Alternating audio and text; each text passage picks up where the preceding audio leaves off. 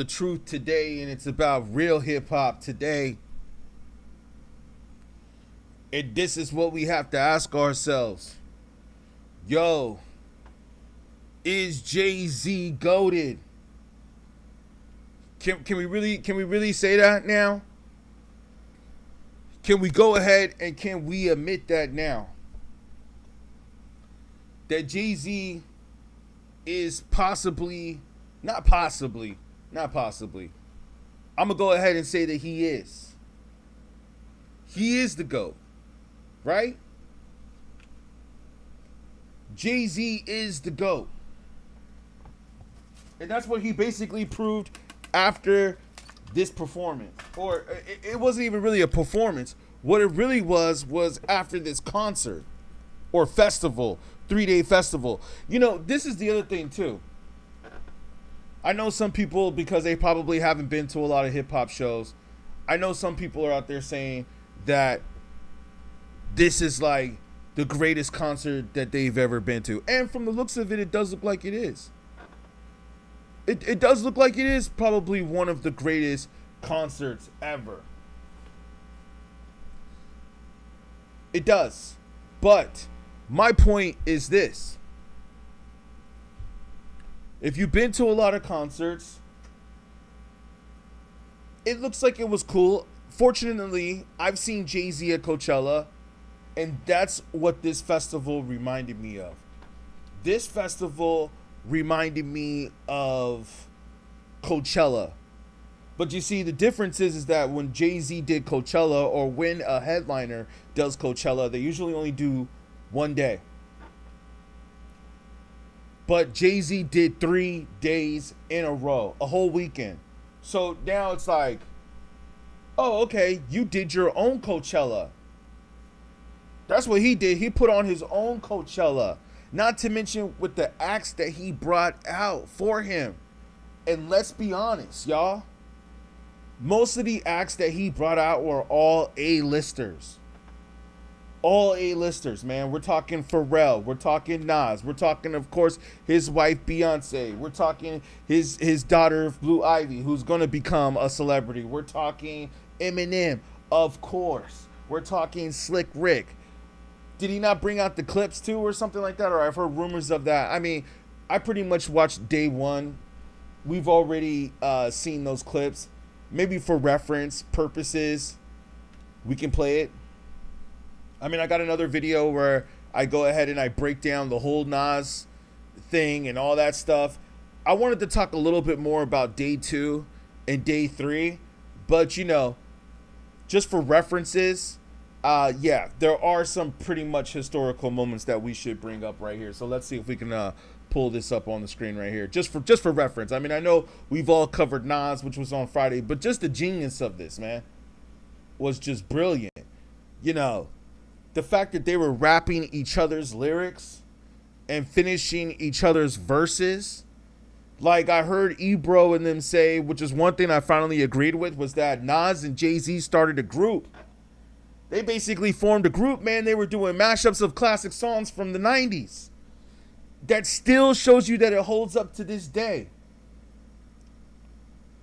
Right? And not only does it show you that it still holds up to this day,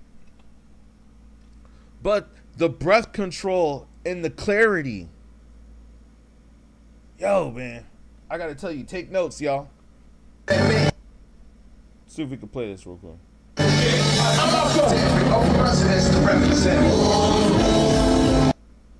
Oh yeah, where he did the Dead Prez mixed in to the Whose World Is This, which is also a classic.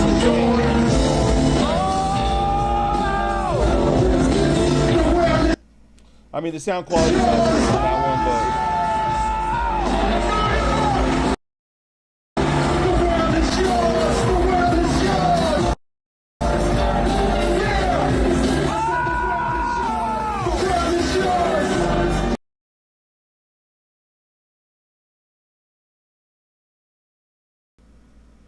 it's funny how most of the people who did the videos don't even have the greatest sound quality. BJ Sprays, you say he's not even in the top 5 for me. Shout out BJ Sprays. What's good, man? I know Jay-Z's a little bit before your time. Jay-Z's a little bit before your time. And make sure you guys are liking the video and sharing the live, man, so we can get some people up in here. We're just getting started. We're going to talk about the concert performance. The first question that I have to ask you is, did you check out the concert footage? Because I'm assuming you probably didn't go to the concert. But did you check out some of the posts that are going on online? I'm not sure how much you might be seeing on TikTok, but they're definitely going all over other social media platforms. Let me see if it sounds better over here. Like, yeah, because Jay-Z's definitely a different time.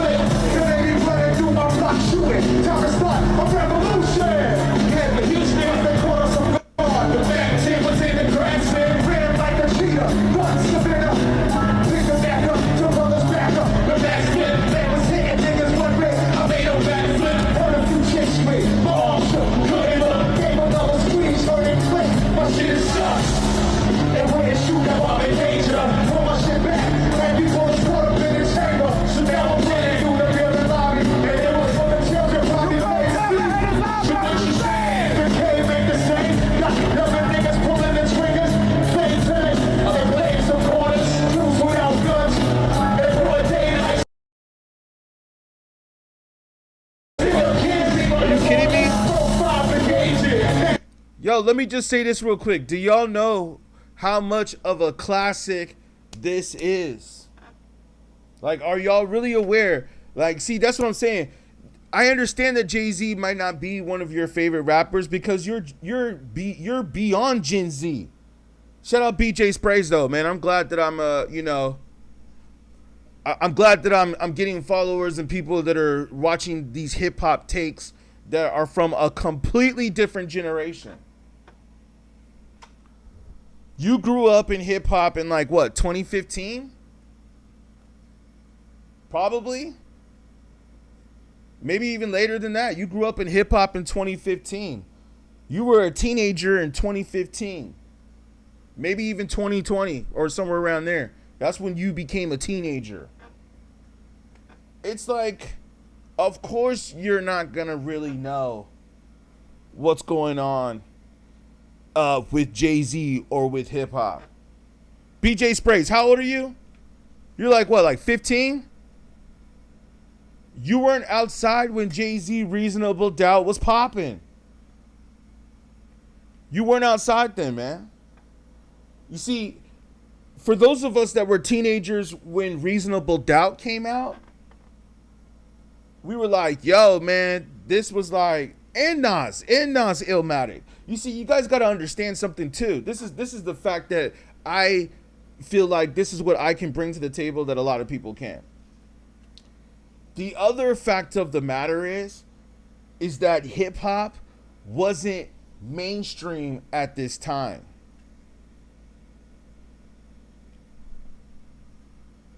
You know, and here, let's just pull up some of the clips at Yankee Stadium. I'm glad he cut his hair, though, I gotta say, man. And like I said earlier, people that are Rastafari, I mean, you don't have to be Rastafari, but those that have dreads know that once you cut your hair, that is when it is the rebirth. It's the rebirth. And that's basically what he did. Isn't this what Pharrell had said the other night, where Pharrell went up on stage and said, yo, man, he cut his hair and he put the helmet on. He's ready. He's ready to go after all y'all. We'll get into that too in a minute. But let's just get back to the Nas and the Jay-Z part that I'm making. Yeah, man, a lot of y'all weren't outside. And the thing is that y'all didn't understand or don't understand that when these dudes were rapping, like when Jay-Z and all them were rapping, hip-hop had been around for, well, the birth was in 73. You know, last time the Knicks won a championship, which is also ironic. So you could tell that the energy in the city of New York is very lit, I should say, right now. But what, Jay-Z debut dropped 96? So hip-hop probably been around for about 20 years or so. Mainstream, not even that. Mainstream, we probably could say like 10, 15 years. Okay, so here comes Jay-Z with Reasonable Doubt. Keep in mind, hip-hop is only a teenager at this time when Nas and Jay-Z are dropping records. Along with other groups like the Fugees, Wu-Tang. You know, of course you had Eric B. and Rakim was the one who came in and changed the game to lyricism. You see, a lot of y'all don't know this. That's what I'm saying. Like, let me take you back to school on this. That's why I do this here. Let me take you back to school. And make sure you guys double tap the screen or like the video so we can get people up in here. Sorry I didn't see some of the comments coming in. 16 albums. Chuck D, Jay-Z, okay. Infinite hits. Are you talking about Eminem? Okay, Jay-Z is I don't know if I can say that on the stream, but okay. But you know what he's talking about. You know, people are going to bring up the files. You know, we got to do that. No, he was never the guy, and he's notorious for stealing bars. I don't know if that's true, man. He actually broke records selling out at Yankee Stadium. That was another stat that we have to bring up. Yeah, Bomb Power says Jay-Z, Mobb Deep, Nas, DMX, Biggie, Wu-Tang, and the Lox. Hey, those are all great lists. Those are all great. Lox, I feel like they came a little bit later. I feel like the Lox, they came a little bit later. But yeah, I definitely appreciate the Lox. I mean, didn't they say he brought out Jadakiss too? But you see, that's the one thing that I want to make sure that is recognized here, which is what I wanted to bring up. See, this is the difference with what Jay-Z did. How could you say Jay-Z is lame after this? Like, anybody that's in the chat saying that Jay-Z is lame after this, they have to speak on that. Like, you got to, like, define what is lame about Jay-Z. Like, define it. Like, say what it is. Like, oh, is it because he's a billionaire? Is it because of this? Is it because of that? Let me make sure I see some of the comments coming in, because I may be having a little bit, we may be having a little bit of a lag. All right. Yeah, define what it is, because Lox had unforgettable tapes. Jay-Z got 18 albums. Yeah, I mean, he definitely got a lot of albums out there. But you see, the other thing is, and like I said, another person had brought up a good point. Thank you for the likes coming in. That's what helps get more people up in here. Thank you for bringing up a good point, man. That basically, it don't matter if how many record sales you have right here. And somebody else had brought this point up, okay? Which I agree with right now. I mean, it does matter. It does make a difference. But right now, that's not what we're talking about. That's not what we're talking about right now. What we're talking about is, look at the impact that he did over the weekend. Okay? Look at the impact. Shout out. Thank you, fam. Hold on. Let me make sure I got some of you guys coming in right.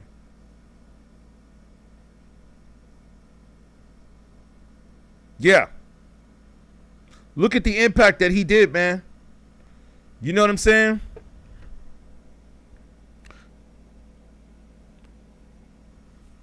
You said, are we serious? Complications exist of many bars he's stolen clear as day. Which bars did he steal? The bars from Biggie? Or which bars are you talking about? I've heard that before. Caitlin says Jay-Z is the most overrated rapper. I don't know if I agree with that. I think Future is. Penny says, is there a rapper that can sell out Yankee Stadium or the Garden for 3 days that's alive? Yeah, nah, I don't think so. Shout out Los on the track. Thank you for the heart. What up, man? What up, man? You were in New York. Did you go to the concert? Make a gag sound good. Listen, let me tell you something, man. Exactly. One of y'all made a great point. Who else could sell out the Garden 3 nights in a row By the way, did y'all know too that he broke a world record? Now, let me tell you this real quick. I've always said that Jay-Z is my top 10 favorite rapper. Top 10. He's one of my top 10 favorite rappers, man. But I got to tell you right now that after what he did today, or this weekend, I should say, it was literally like he came in and he reminded everybody what's up. Joe Friday says Jay-Z is dominating hip-hop media and hasn't dropped an album in 10 years. Well, they said that he's getting ready to drop. No, sir, in New York, but not in NYC. Worked all weekend. I feel you. We got to pay those bills, man. We got to pay those bills.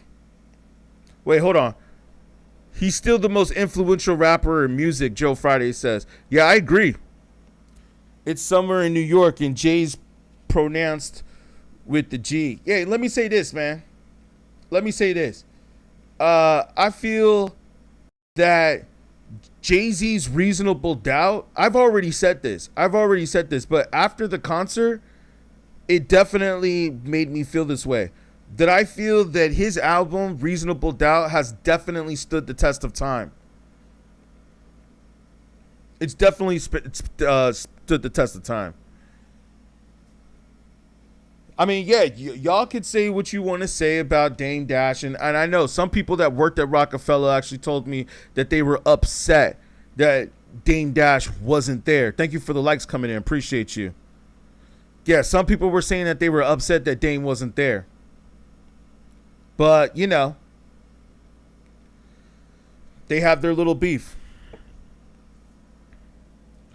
Jay-Z gets no play in the South. He can only do it in New York. That's funny because I heard what's it called?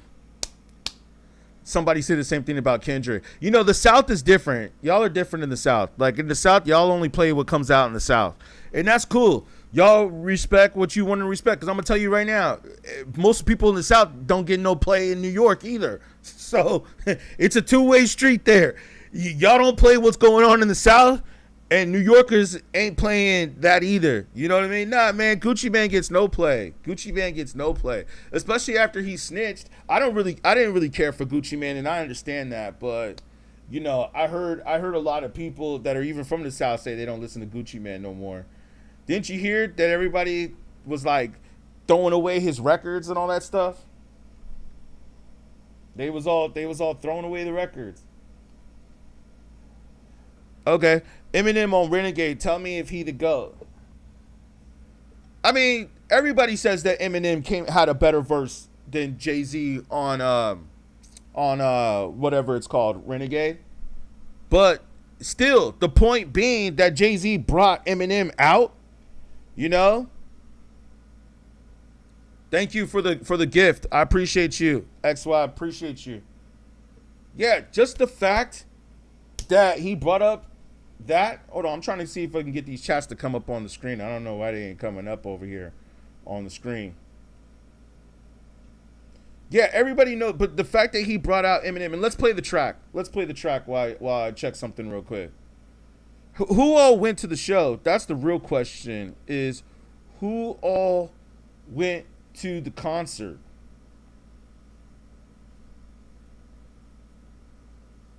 Yeah, the fact, even if Eminem had the better verse on Renegade, which has been widely accepted, it's been widely accepted that Eminem had the better verse. The point of the matter is that he still was able to bring Eminem to the show. That's the main point. He brought Eminem to the concert.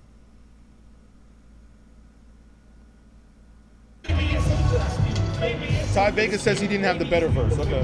Right here. But the fact that he had Eminem performing, that's a big deal. You feel what I'm saying? Like just the fact alone that he had Eminem.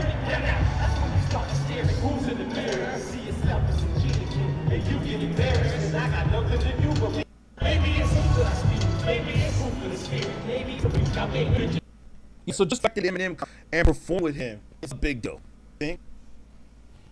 So I think at this point, and Ty did that track about How long ago, man? They did that track like 10 years ago, 15 years ago. So, you know, Tim from New York, you said you grew up with him and his cousins. Okay, Eminem's cousins or Jay-Z's? Probably Jay-Z's because you said you grew up in New York. Yeah, Ty Vega says she didn't have the better verse. I thought both the verses did its justice on the song. Let's just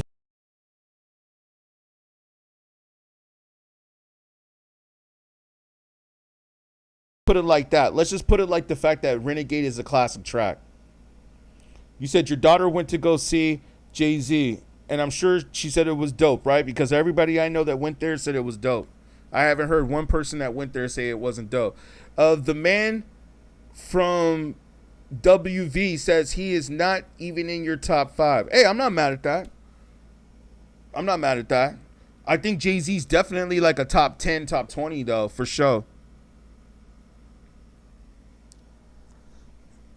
Whoever, Odell, I just saw your comment where you said about T.I. being better than Jay-Z. You're trolling. T.I. could not have done what Jay-Z just did this weekend. That's the reminder that I think everybody needs to have. The man from WV says Jay-Z is a businessman and a lyricist. He is not in the top 5. Okay, name your top 5. Shricky says Ye is the GOAT. Hold on, y'all. I want to make sure that I got your comments popping up on the screen. You said, what did you say? Ye. LL Cool J is better than Jay. Stop it. He's successful. Drake the GOAT. Yo, when Pharrell came on stage, and I guess it's time for us to play that clip. When Pharrell came on stage and was talking trash about Jay-Z or about Drake, woo, that was like, okay. Y'all be ready? Be ready. Coming for y'all. Pull that up again. Say here. Yeah, Jay-Z. I don't think there are too many rappers that just like basically do own Coachella. Not sure. That basically this weekend he did his own Coachella. Yeah, number 1. Well, that was the other 2. I was wondering, was he gonna do Niggas in Paris, or did he do that song? I didn't watch really day 3, but I was checking the highlights. Hold on.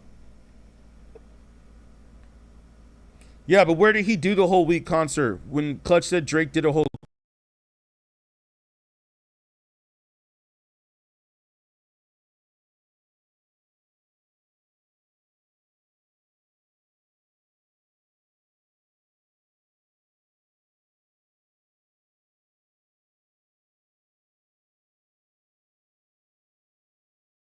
concert. You see, that's the other thing is that people got to realize, like, doing a whole sold out show at Yankee Stadium is pretty classic too, because Yankee Stadium in itself is like classic. You know what I'm saying?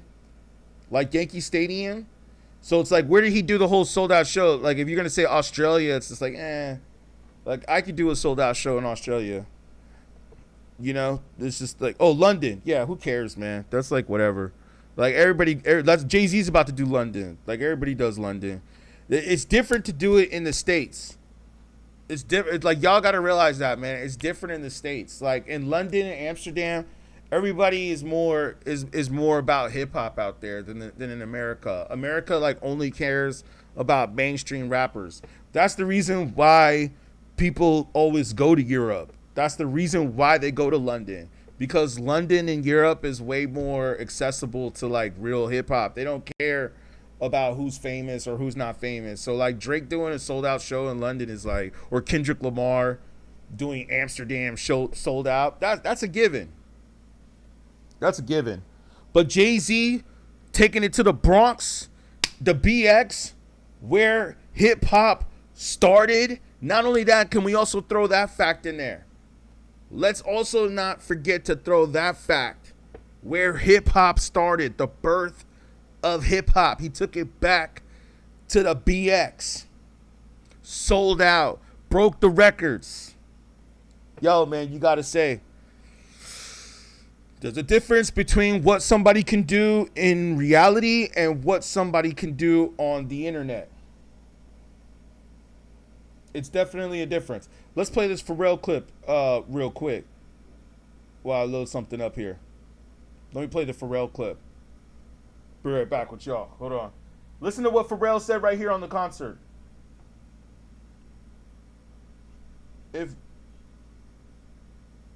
Yeah, let me see if that thing wants to load up. I mean, we already know what he said for context. Make some noise for your own.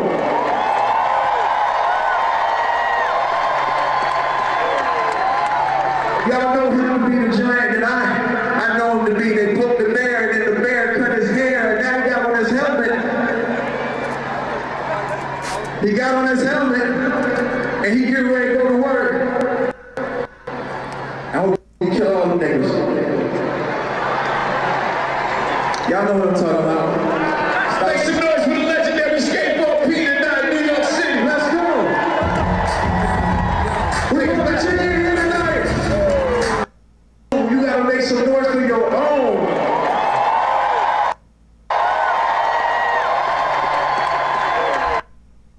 Yeah, what the fuck? Y'all know him to be the giant, and I know him to be. They booked the bear, and then the bear cut his hair, and now he got a helmet. He got his helmet, and he ready to work. I don't know. Right there, talking about, hey, y'all there. You know what I'm saying? There. All right.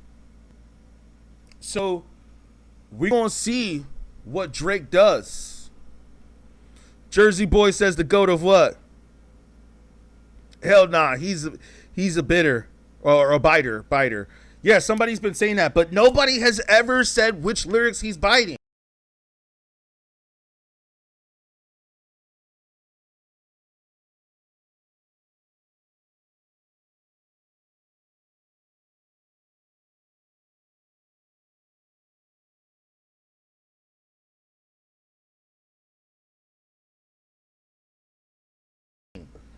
Like, who is he biting? I want to know the writers that he's biting, like, besides Biggie. Because I don't even think that a lot of y'all listen to Biggie. Like, I think a lot of people in the chat that say, oh, Biggie Smalls, they don't even listen to Notorious B.I.G. They probably can't even name. We'll pull that back up. That's doing pretty well. Yeah, name the rappers. That's what we have to know. Who are the rappers that you guys are naming?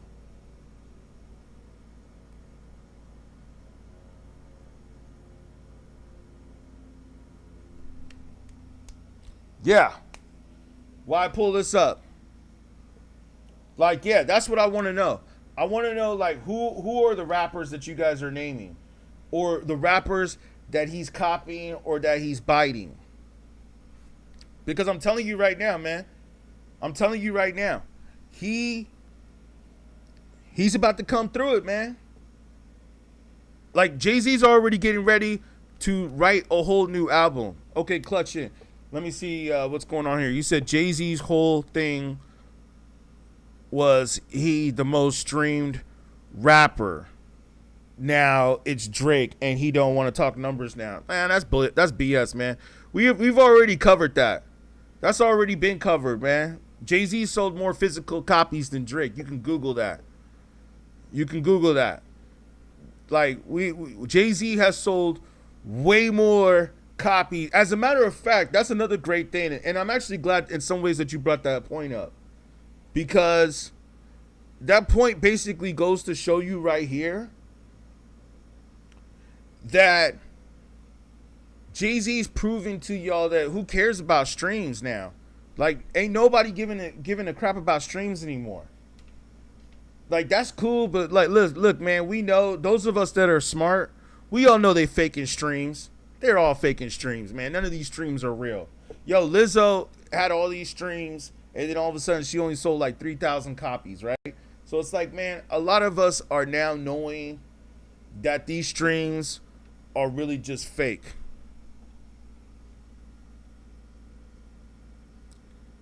Okay, he stole from Big Time. Stole from him or took from him? Like, so you're saying like he went bar for bar. He took bar for bar. So there's a verse that's out there that Jay-Z has rapped bar for bar, because that's what we're talking about right here. I agree with the Big L theory. I'll say this. I agree with the Big L theory. But what I will say, though, is that we got to talk about what's going on right here. You know what I'm saying? Like, this is what's going on right here. And this is what's going on right now, man. You know what I'm saying? Like, we got to talk about, like, what's going on right here and right now, man. Because it's like, yeah, a lot of people will say Big L. And you know, for real, Big L, yeah, I know. People in the comments talking bullshit, I know, right? Thank you, Love Finch. Yo, Big L is one of my favorite rappers of all time. Big L is one of my favorite rappers.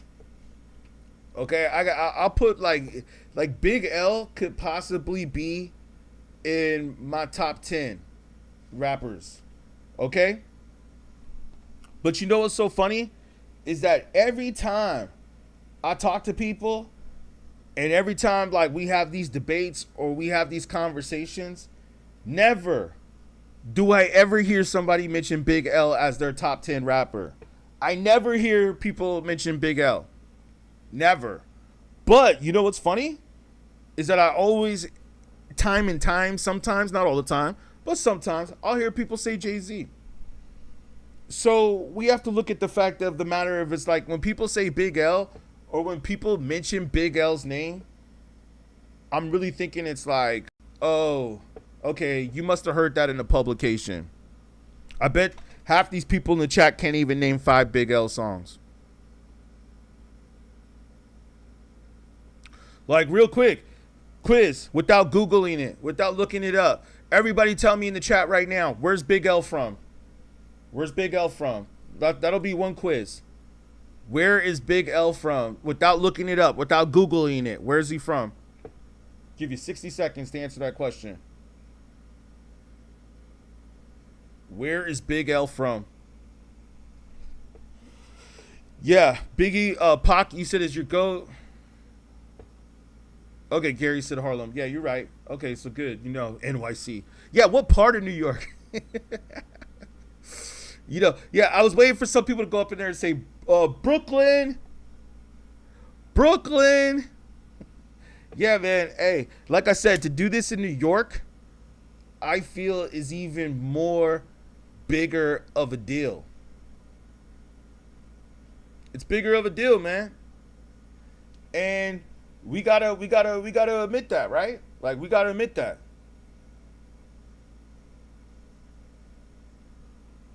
Hold on.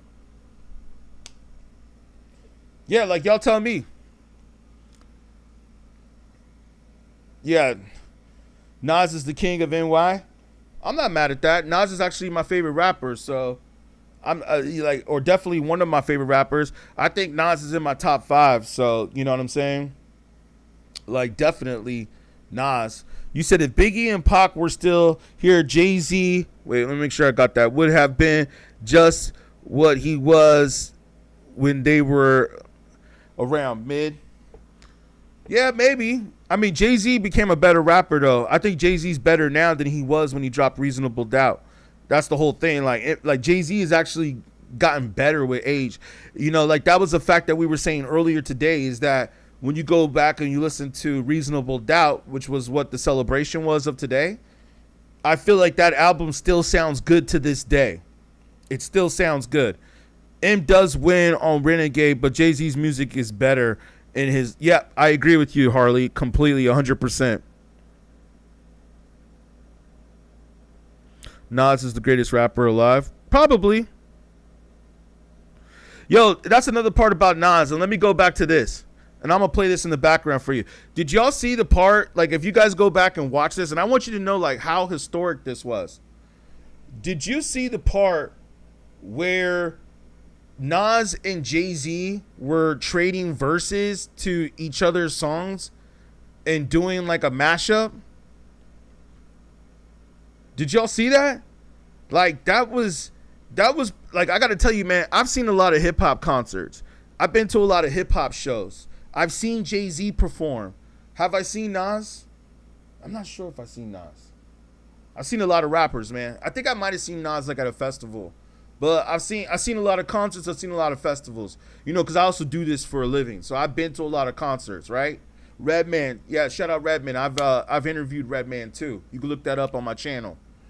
But I got to tell you right now, man, the way Nas and Jay-Z were doing those mashups, like I might have to go back and play some of these clips. It was so dope, yo. Like that was such hip hop for them to be doing their classics and trading verses, and Nas was doing the ad-libs at the same time that Jay-Z was doing his ad-libs, was just genius, yo. Like, I gotta say, like, that was some real hip-hop shit. Like, yo, I don't think I've ever seen some more hip-hop than that. And this is the other part that I have to make. People need to, like, people need to understand that there was no backing vocals for the most part. There was no backing tracks. That's another part I have to give it to him. Like, the clarity on the vocals. The clarity on the vocals, man. With the no backing track, the no lip syncing, you know, it was definitely on one. Yeah, but people, yeah, you said Natalie says he hates backing vocals.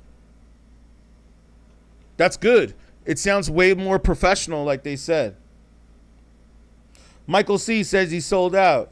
Yes, he did. He sold out 3 nights in a row. I mean, you know, Lauren says, how am I doing today? Thank you, Lauren. I'm doing great. How are you? Feeling good. How are you? Damian Justice, much better than Drake versus Kendrick rap beef. Yeah. Shout out Lauren. Thank you for the chat. I appreciate you, Lauren. Doing great. I hope you're doing good too. He sold people out. Well, that's all hearsay. You know what I mean? You know what I'm saying? We can all disagree to agree or agree to disagree. You said you're a huge Jay-Z fan, and so is your mother. Your mother's 40-some and you're 20-some. Yep, see? That's dope. That's dope. I'm happy to hear that. That's my whole point. That you see? That's the point I'm making here. That Jay-Z has fans of all ages. Fans of all ages. But the other part that we have to make sure that we understand here is, could many people do that? Mr. Voice says, you work for Jay-Z. Shout that out, man. You got to get me in contact with Jay-Z. That's one of my goals, man. Is to get in contact with Jigga. Jigga, my nigga. Yeah, like you said you take 500 or half the $500,000. Thank you, Lauren, for the rose. I appreciate you, Lauren. I appreciate you for the rose, Lauren. Yeah. We gotta have for more of what people are saying. Oh, okay, word. Oh, okay, I see you. You said you do security for him. Dope. Yeah.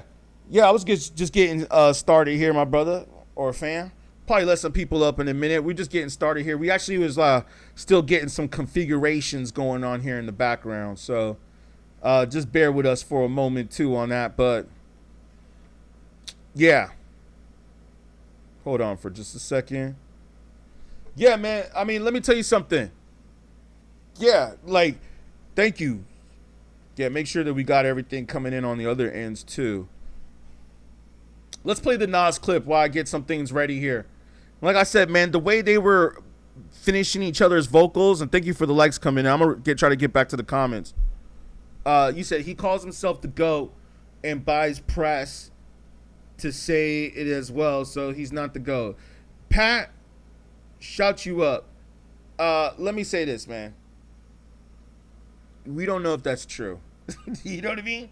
Like, we can't, you guys go off of a lot of what the internet is saying, and none of that is true. Like, I'm pretty sure if Jay-Z came outside of a place that people knew that he was going to be at, especially now, I'm sure people would ask for autographs. You know what I mean? Like, I've been around some Jay-Z concerts. There's people that ask for autographs and pictures when Jay-Z's in the building. Same thing with his wife, Beyonce. I mean, let's be honest. His wife, Beyonce, is a big deal.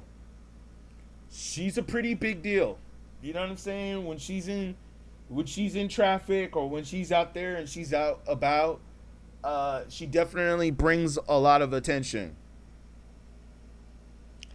Yeah. Let's play this nonsense. I'm gonna be right back. Yeah. What you guys? But here, chat amongst yourselves. Tell me what you guys think. But yeah, I mean, some people gotta hear this. I mean, I wish the sound was a little bit better. And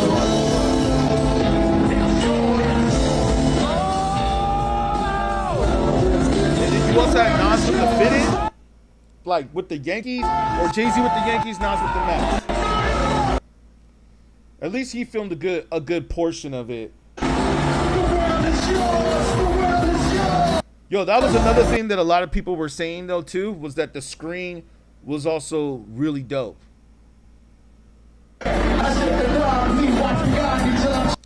Diddy, what did you say about Diddy? Diddy party concerts? Tell me how it go. True. But that's really what happened here. Like I said, I don't think that there's any, like, name another rapper. Hold on, let me name another rapper. What is it? Kanye? Yeah, Kanye close. He's close. I mean, he's kind of doing it in the country now, so.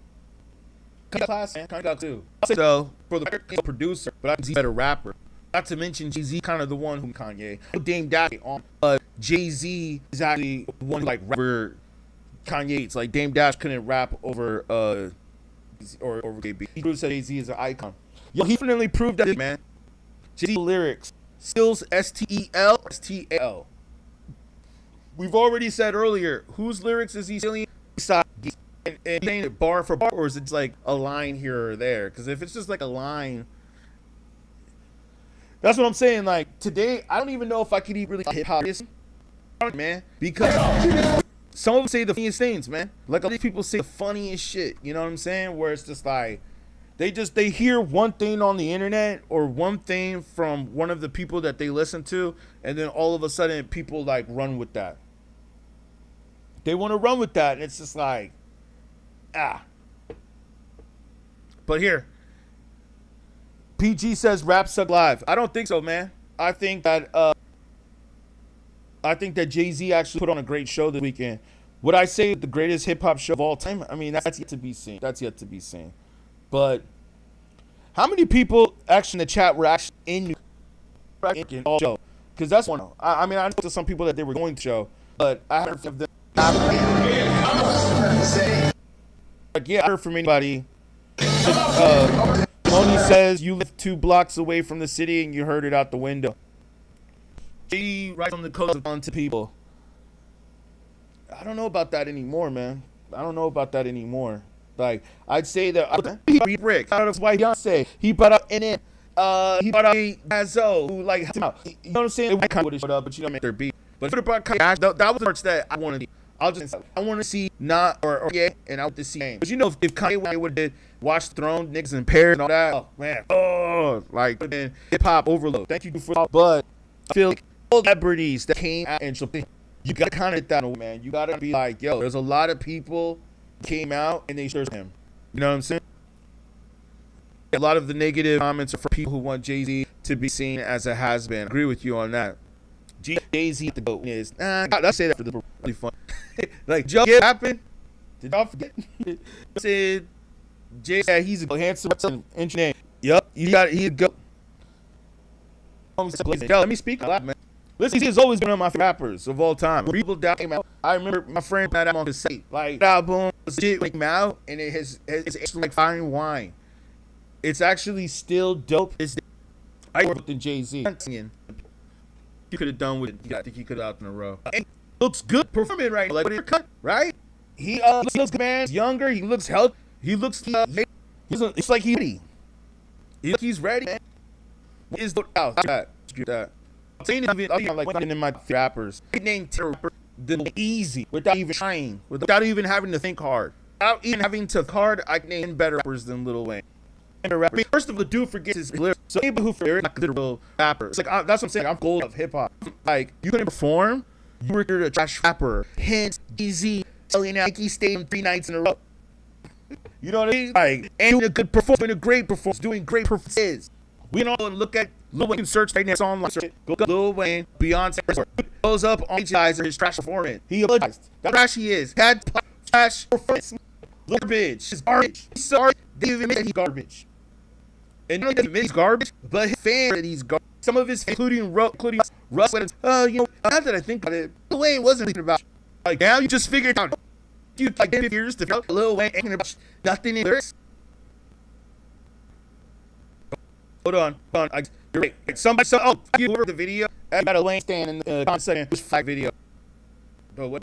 Wayne, he flagged the let me put in there. Yeah, he video. A Lil Wayne gets on stage. So therefore, a rapper forgets lyrics on stage. Like that, right in front of a crowd, put to the other dope. People think you're trash. No matter how many people you ask, everybody, if you or at least the book, say got thrown in a battle. People not saying you're mixed more. But I don't think you can understand. Like, look away with a lot of stuff, man. He gets away with a lot of stuff. Because we're in this era, you know, and we're in the internet digital era now, where people don't leave their house. You know, a lot of people stay home. But you see, that's another thing that JAY-Z did right here is that he got a lot of people to leave the house. You said.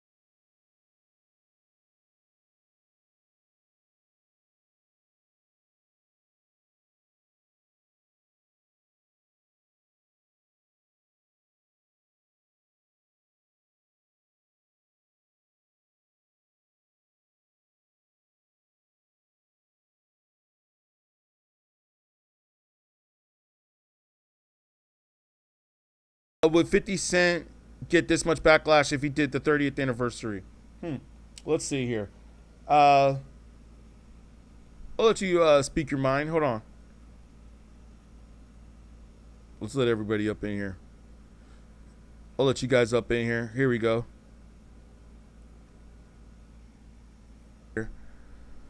So he can watch the chat. Because I know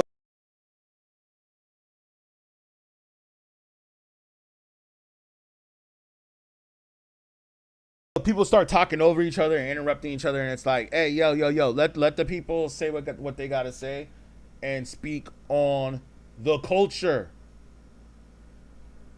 All right, here we go.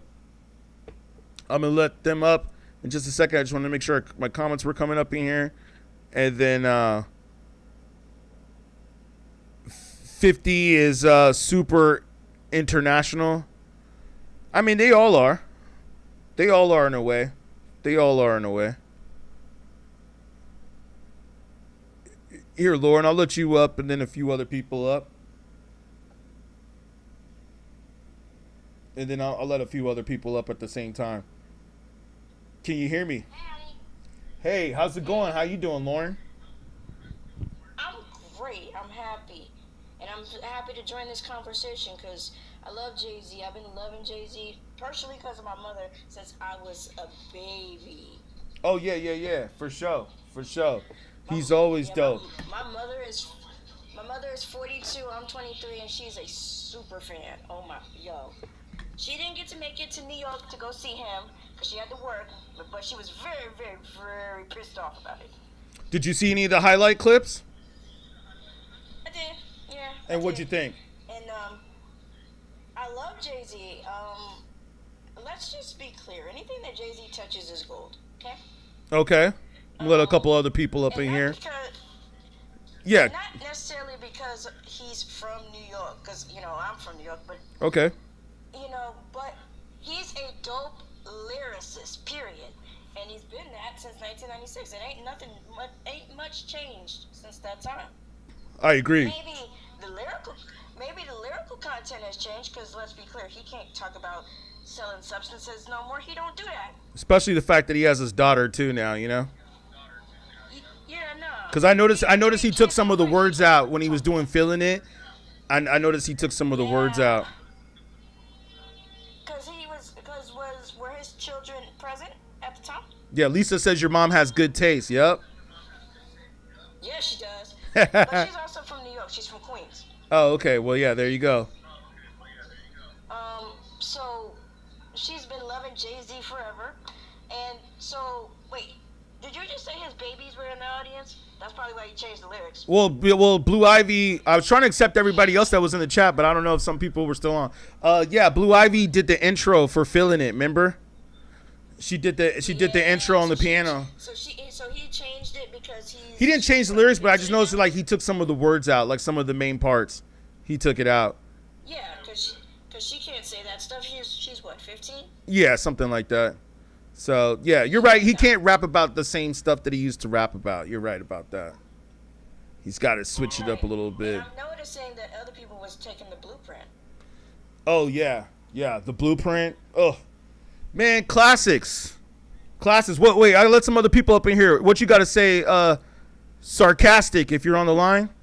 Hey, what's up, man? What's good? You sound a little far away. I don't know if you want to get a little closer to the mic. Am I too far? Am I too far? Hey, That's better. That's better right there. Yeah, now we can hear you. What's going on, family? Oh, not much, man. We're just talking about the JAY-Z thing. What were your thoughts? Well, not for nothing. Look, I'm a '90s baby. I grew up on Jay-Z, Biggie, Big L. Yeah. Okay. You grew up in the golden era. You grew up in Snoop Dogg. And something put me off. Like I swear on everything I love. I used to rock Jay-Z in my car, blasting it all the time. And then someone had made something real apparent that I can't really hear you. I hear you.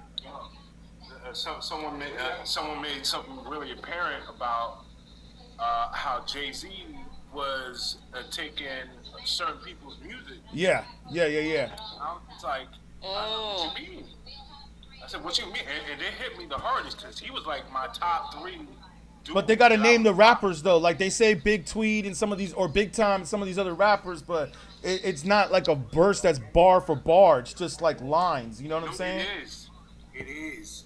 And that's what I said. And I was trying to put in the chat, and I saw you, not sure if you saw, where there was this YouTube thing that they put up way back, where they show comparison of every rapper like Biggie, Snoop, Tupac, Big L, other rappers, and they say their verses, and then you see, and then they put in side by side comparison Jay-Z's verse, and it's bar for bar, bro. It's bar for bar. Because it was, I'm gonna be honest, they used to, when Biggie passed away, they used to say that Jay-Z was using Biggie's death to come up. Now, I don't know how true that is. Yeah, I don't know how true that is, but, yeah. They was kind of friends. Well, not even kind of. They was friends. Right. But I don't understand, because Jay-Z, like I said earlier, is a dope rapper. So I don't understand why he would need to use someone's death to come up. Absolutely. Like, oh my God, I agree. I'm like, yo, you fired on your own. If you fire on your own, why even touch anybody's shit? Like, why? Right. And I can't overstate this enough. I'm 23, so I didn't grow up in that era. But I know greatness when I see it. I'm not stupid. Exactly. It doesn't matter. Like music is universal. It doesn't matter how old you are. You can love the greats from back in the day. Yeah, Jay-Z is one of the greats, and I've never seen him do a clown move like using somebody's death or life to come up. I've never seen him do that. Yeah, it really did destroy me. I looked it up. I'm like, if y'all can see it by yourself. It's a Jay-Z. I'm not a writer. Did you post it in the comments? Yeah. Okay. And when I say, hold on. Let me see if I can look for it. Unfortunately, in the comments on TikTok, you can't really say everything you want to say because they cut you off at a certain point. Oh, hell yeah. Which is crazy, but okay. Okay, all right, hit this. Yeah, they already did that. Hit this. I hope this don't get you like banned or something. Can I play a little something or not? Or you could just put it in the comments. The song that you're talking about, just the song that you was talking about in the other part. Yeah, I did put it in the comments, but she said I could go back and log in. I have the stream coming up on YouTube too as well, so I'm able to go back and see it and study it. But you see, the funny thing is though is that nobody has really that's like in the game, that's like really in the business. Like nobody has really brought like what's the song for song? Like what's the song that you talking about and the song that Jay-Z put out? That they put it in and I'm not denying what you're saying. I believe what you're saying. The thing is that I'm saying is that it's just like how big of a deal is it? You know? I mean, I will say this. By Biggie being his friend, he probably was heavily influenced by him, but I don't think he stole anything. Yeah, not just that, but like when he did Biggie Smalls, when he did Brooklyn's Finest, Day One, with the Biggie on the screen, with doing the lyrics, like, yo, that was like crazy, dude. Like there's no denying that. Like right there was the moment when I said to myself that like, yo, Jay-Z could be like probably one of the greatest rappers of all time. Like not for nothing. I agree. You know what I'm saying? Like I always thought he was. I always thought even. Right. I just want to say real quick, like I always thought he was one of the best rappers of all time, even before this concert. But like that just like solidified it for me. Like that was like Michael Jordan winning like the 6th championship. Like Michael Jordan already had like 5 championships, but then he just got that 6th one right before he retired. You know what I'm saying? Like. Right. The only thing that would have made it better, the only thing that would have solidified it and made it better for me is if Biggie was here. I know. Well, Nas was close to it. Nas was really close to it, though. Nas was like him and Nas trading verses. Nas doing The World Is Yours. Wait, hold on. Jay-Z rapping his songs, Dead Prez over Nas or over Nas beats, and Nas rapping his lyrics over Jay-Z beats off of like what? Are you kidding me? That was like the most hip hop shit I've seen in like the last like 10 years or so. Like I don't think I've seen anything I mean, way more hip hop than That's that. their they own still. lyric I mean, they content. still. New York, they still too, work and for then- him and whatever. And let's also not forget that the Knicks just won the championship since '73, That's real. Facts. when hip hop was born in the Bronx in '73, and he brought the show to the Bronx. It's just like there's all kinds of factors going on here too, man. I can't believe the Knicks won it. I was like, wow. That's what I'm saying. Like, so you got the We did it Knicks. in the Bronx. I'm gonna need Fat Joe to do a 30th anniversary of his album. Man, let me tell you something, man. For a long time too. It's really like Jay-Z really came back and was like, let me remind y'all what's going. And I'm like I said, I'm not denying the fact that he probably took a line here, took a verse there. You know, that happens in hip hop. People inspire people, do stuff like that. But what I gotta say though is that what Jay-Z did. Yeah. What Jay-Z did though over this weekend though is legendary though. It's legendary. Like there's no doubt about that. It's definitely legendary.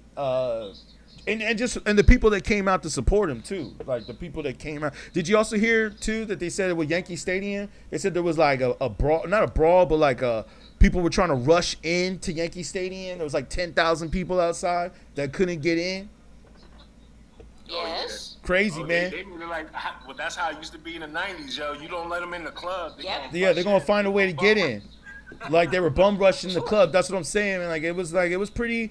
There was a lot of other like little factors going on behind the scenes that a lot of people ain't really mentioning. I mean, some of them are, but you know what I'm saying. It's like, yo, dude is a legend. There's no doubt about that. Just like when one guy in the comment was saying something about how, well, just because you sign autographs don't mean you would go. But it's not really about that. It's just the fact that, yo, look at all these people that were trying to get in to the concert that could not get in. I don't even see him signing autographs. Does he do that? He signs his records. Barely. Well, if you catch him out coming out the club or something, but then It's the same thing with Michael Jordan, yo. Michael Jordan already proved himself. He ain't got to do much more. exactly. So No, you don't. you know, it's real. And he didn't really. Yeah, Jay-Z didn't really have to do this. Like, and I'm happy he did, but he didn't have to because he's like Exactly. a billionaire, and he's already already proven himself.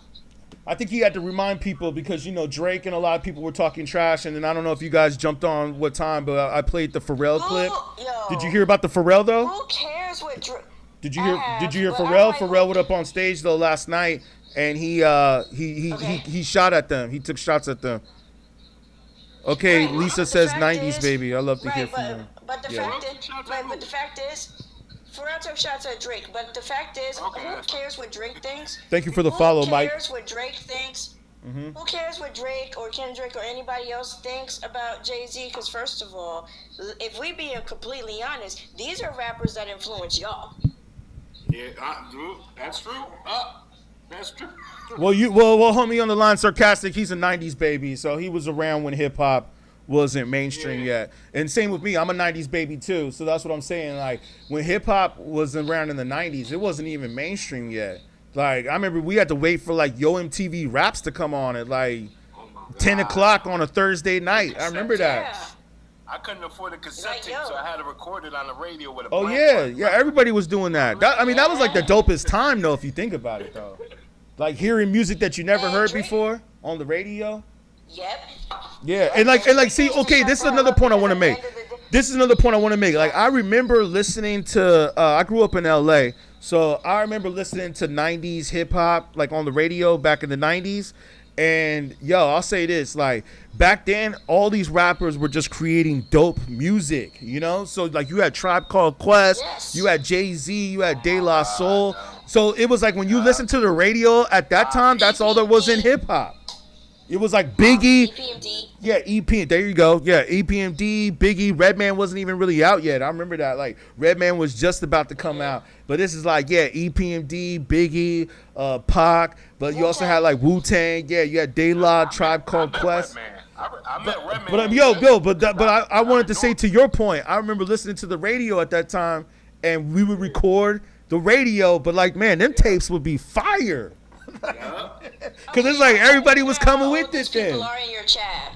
Huh? I'm trying to figure out how old these people are in your chat. Cause I think it's all over. We hit all over, which is good. I mean, yeah, we get Gen Z to Gen X. Yeah, I'm sorry. Go ahead, Lauren. Lauren. Who this person is? No, Nah, because I'm trying to figure out who this person is talking about. Jay-Z is only good on features. Yeah, that's trash. Beaches. That's a trash take. take.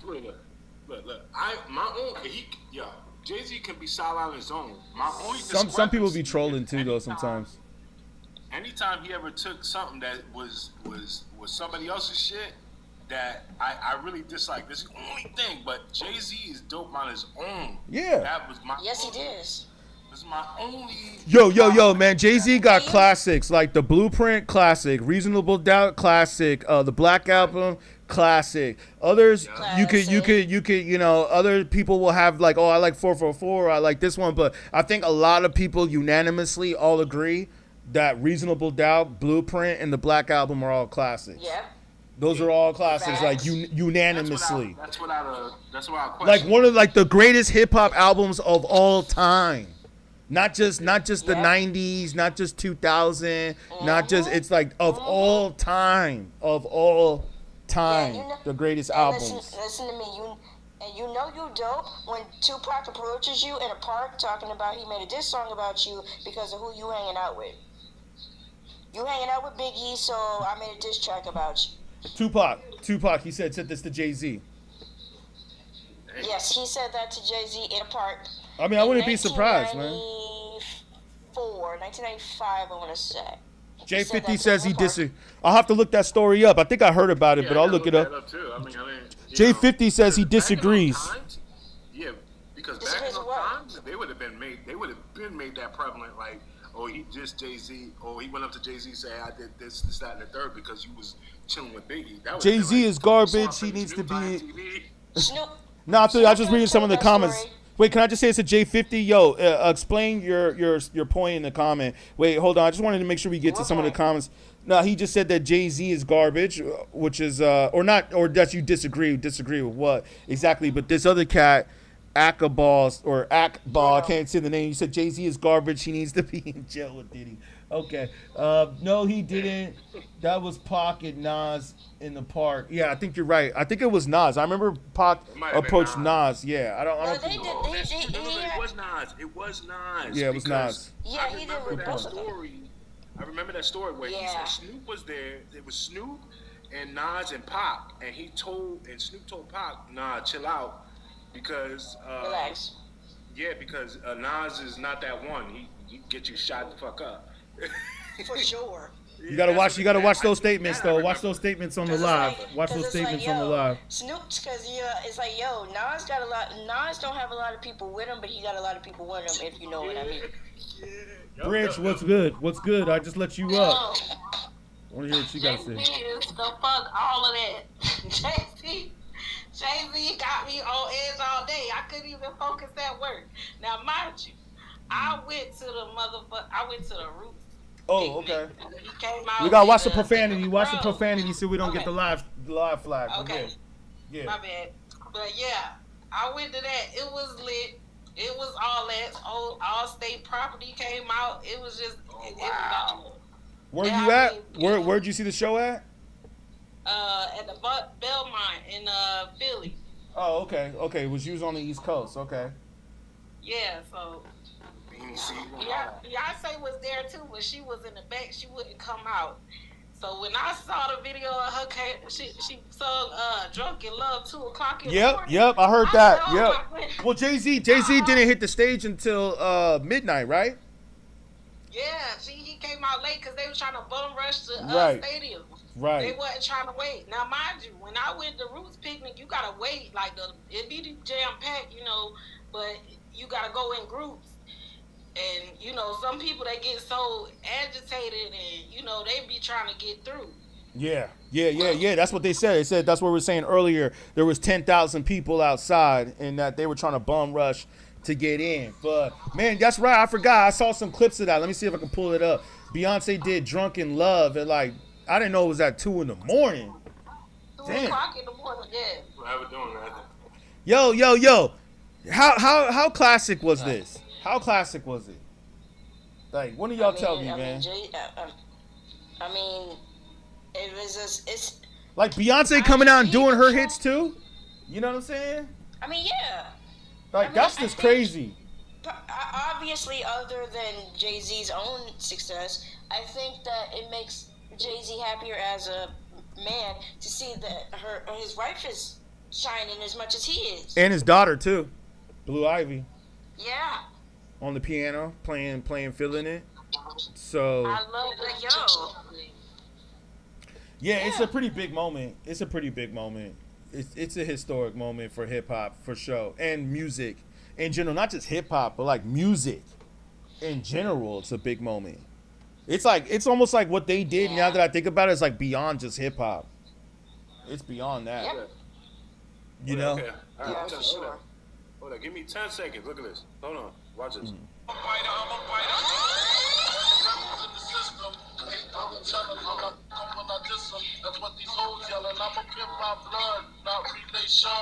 Yeah, that's the Biggie. Yeah. Oh, damn. Oh, God. Well, that's the Pharrell. That's the track that made Pharrell.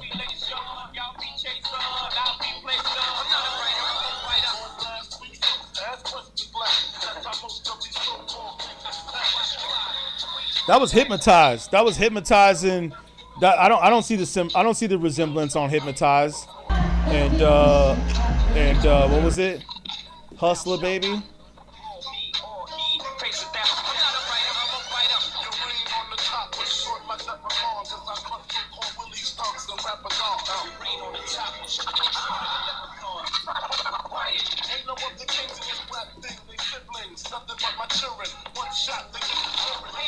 I'm pulling up the Beyonce stuff real quick.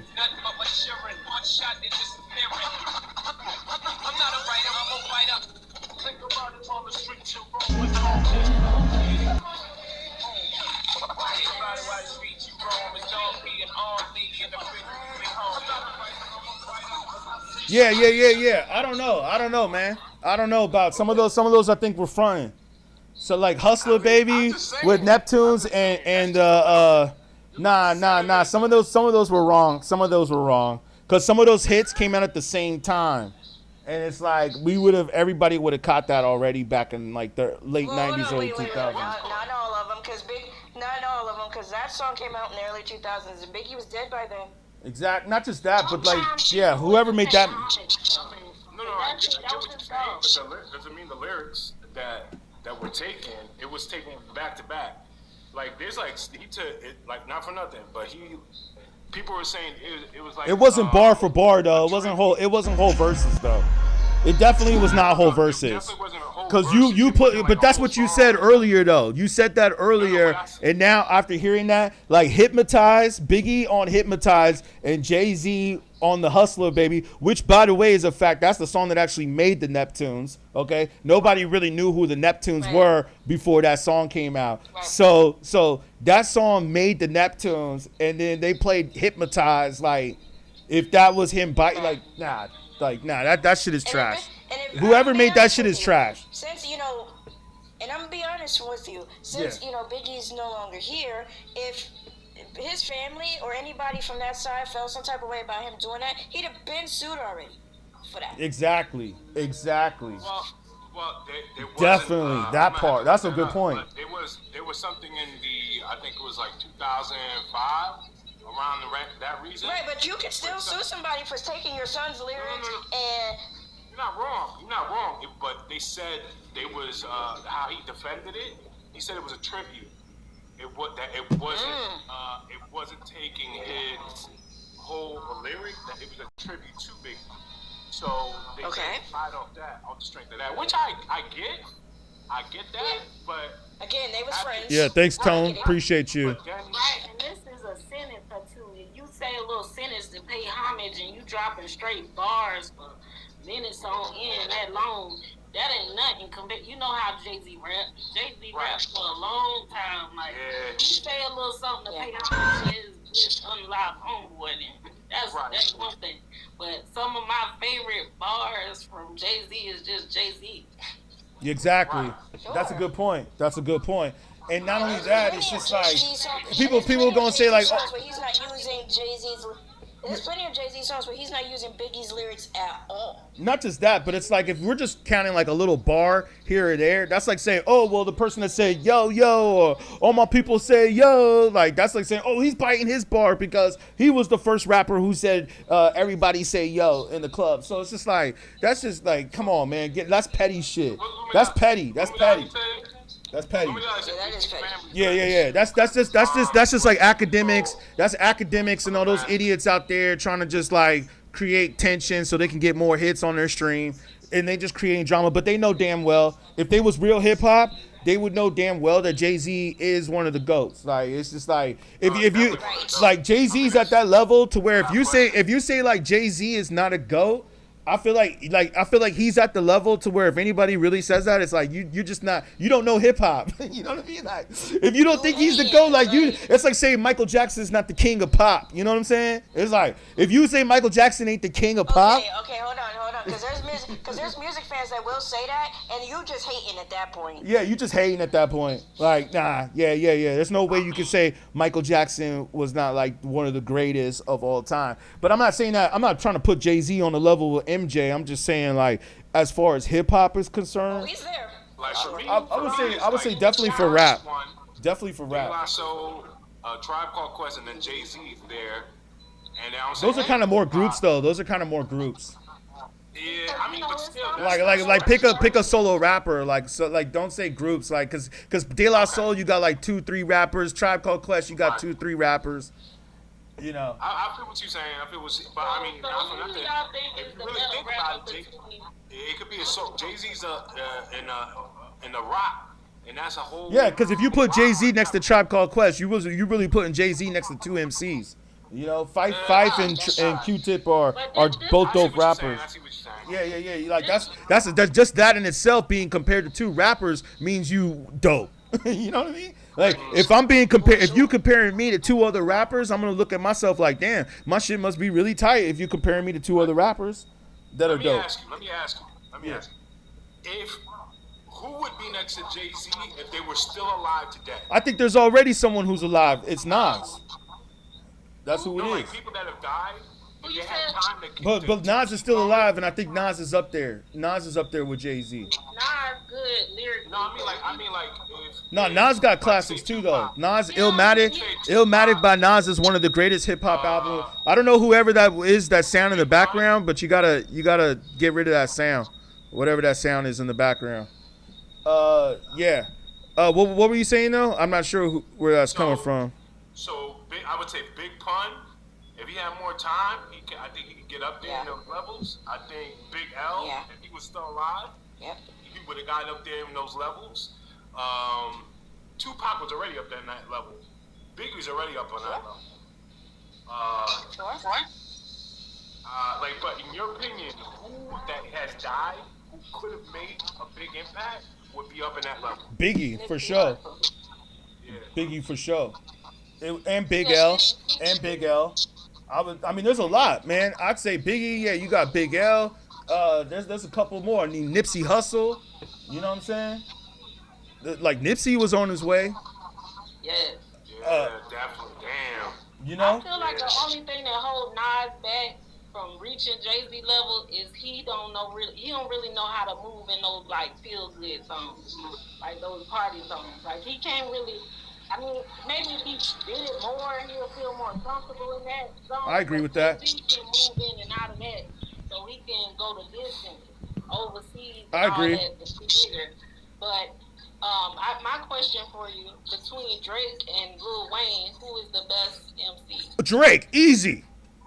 I don't even have to think on that one. But a lot of people. I don't even have to think. Disagree. What I'm saying is a lot of people would disagree, but Lil Wayne look up to Jay-Z. But Drake said once upon a time he looked up to Jay-Z as well. Like I think Drake still does. I think he just fronting. You can't cut that shit off if you grew up listening. Yeah. He fronting. I think especially after this concert. I'ma guarantee you, because I know people that work with Drake and work with Kendrick. I know Kendrick a little bit better though, because I'm from LA. But I'll say though that I can guarantee you that there's no way that Drake didn't watch this concert and like shed a tear. No way.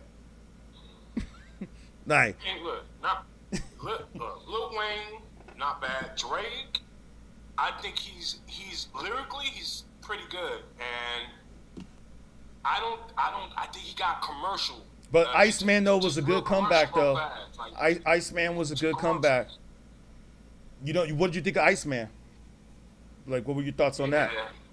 It's not bad. It's not bad for me. When he first started, I think he was way harder than the pause. He was way harder. Yeah, I know what you mean. I think he did that with Iceman though. I feel like he took it back with Iceman. He went back to the roots. Because if you think about it, on his collab with Iceman, he went back and got with the same artists and the same producers that he worked with on So Far Gone. For those of us that like read between the lines and read the credits, a lot of the producers, the singers, the samples, the people that he's working with on that project, because I still feel that So Far Gone is my favorite Drake project.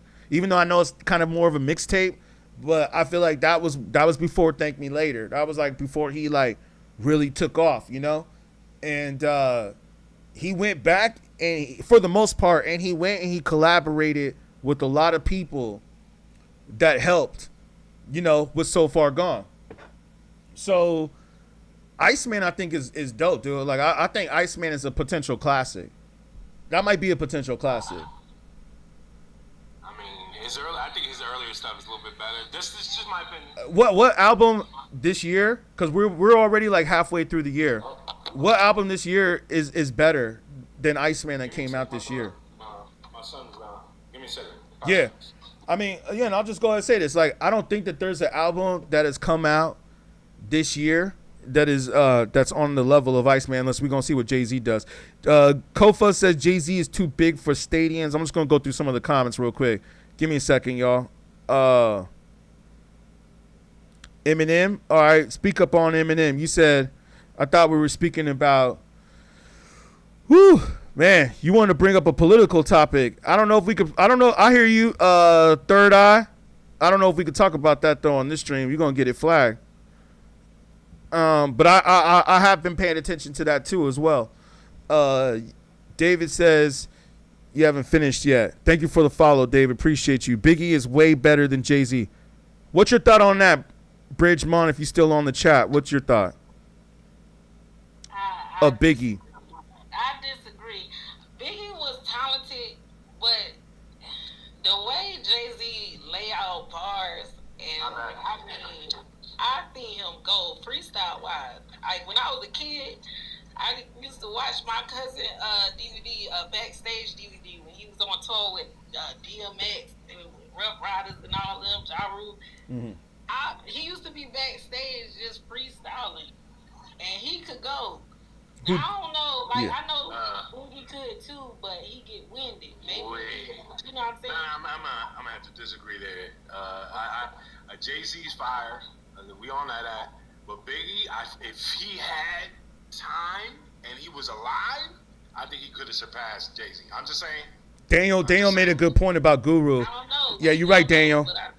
Shout out Michael for the follow. We can't. Guru from Gangstar. Just like off of what he did. I mean, he used to freestyle, and we all know he used to freestyle like it was nothing. It was like it was breathing air. It was like, and it was like he go in the street and he just rip it out right there. Oh yeah, he was hungry for it. He used to be a battle rapper too. He did. Wait, which rapper you talking about? Who you talking about? Jay-Z? Biggie, right? Oh, Biggie, yeah. If Biggie had time, I think he could have been possibly surpassed Jay-Z. I mean, I don't know about that, man. I agree with you to a certain degree, but I'll be honest with you, man. I wasn't really feeling his last album. After some of his rhymes don't make sense though. Not just that, it's just some weird Biggie rhymes, so I don't know. Yeah, he dropped a double album like Pac, like he was trying to do the Tupac thing, and like they both dropped those double albums, and I felt like both of those double albums could have been like, just cut down to like 10 or 15 songs. You know what I'm saying? I know back then it was about doing 20 songs. Like if you only did 10 songs, that wasn't really considered an album. But you see how much Nas was ahead of his time. That Illmatic only had 9 songs. Really 8 songs, because the first song is really just an intro. So he really only had like 8 tracks on there. So it just goes, because like now I think we kind of understand less is more. A lot of rappers are just putting out albums with like 10, 13 songs, 14 at the most. Even though I know J. Cole just did that double album, but that's what I'm saying. But Drake, he went and did the Iceman, which was like 16 tracks. So that's what I'm saying, man. It's like, I felt like Biggie's album, the second one, I felt like there were too many just fillers on there. There were too many fillers on there, like the one with Lil' Kim, the "What will you do when your man is untrue? Do you pony and you know, like that song was cool, but it's like it didn't need to be on that album. He was definitely entertainer, and he was great lyrically. I felt like that song didn't need to be on that album. I remember hearing that back in the '90s, like nah. But I feel Biggie, lyrically, it was, if he had time, he could have surpassed him. I don't feel like surpass him because he gotta have everything. Like Right. Jay-Z got for female sex appeal. You know, he got Beyonce. Biggie had Faith, but he also had that big boy was smashing. That big boy was smashing. That's all I'm saying. You know, he already had a love. That's Lil' Kim. I'm just saying. I mean, Lil' Kim and Faith. You know, that's two people. I don't know. I'm just saying, he just give the full package. You know what I'm I think saying? Jay-Z definitely did that. Bomb Squad, I already told him that. They're going to look it up later to see what it is. I played him a little something already, so it's cool. You ain't got to spam it, man. You ain't got to spam it. I think Jay-Z kind of like took over where Biggie left off, though. You know, like if there was any rapper that really took over, it's Jay-Z, and they're both from Brooklyn too. So, you know, it's other than Nas, you know what I'm saying? Like it would be. So Cassidy's not bad either, though.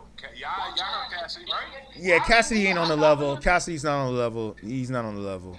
He ain't on the level. Maybe not iconic level, but lyrically he's not bad. He's not nowhere near on that level. Like I would say, I could name like 5 rappers before Cassidy. Like I would put Jadakiss over Cassidy.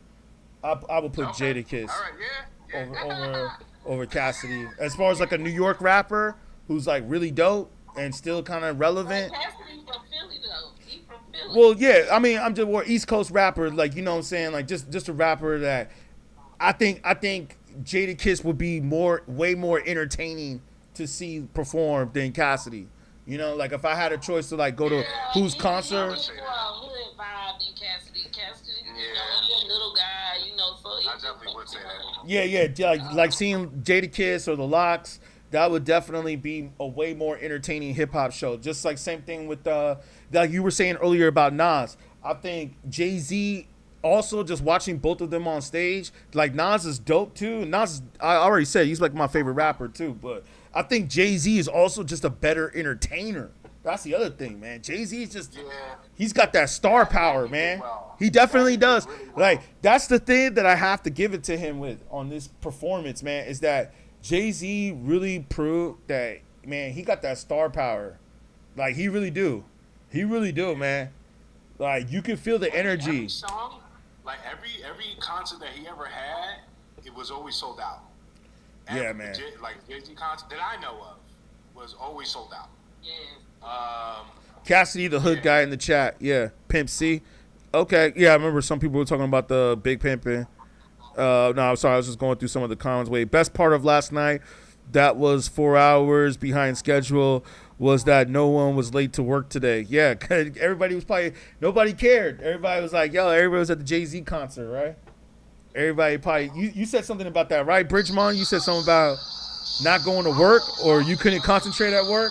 Yeah, because I was like, dang, I can't believe I missed it. But I'm like, I went to Roots Picnic, so I seen them, but I didn't see Beyonce. I didn't see Rihanna. Oh, yeah, he brought it out for this. And Eminem, too.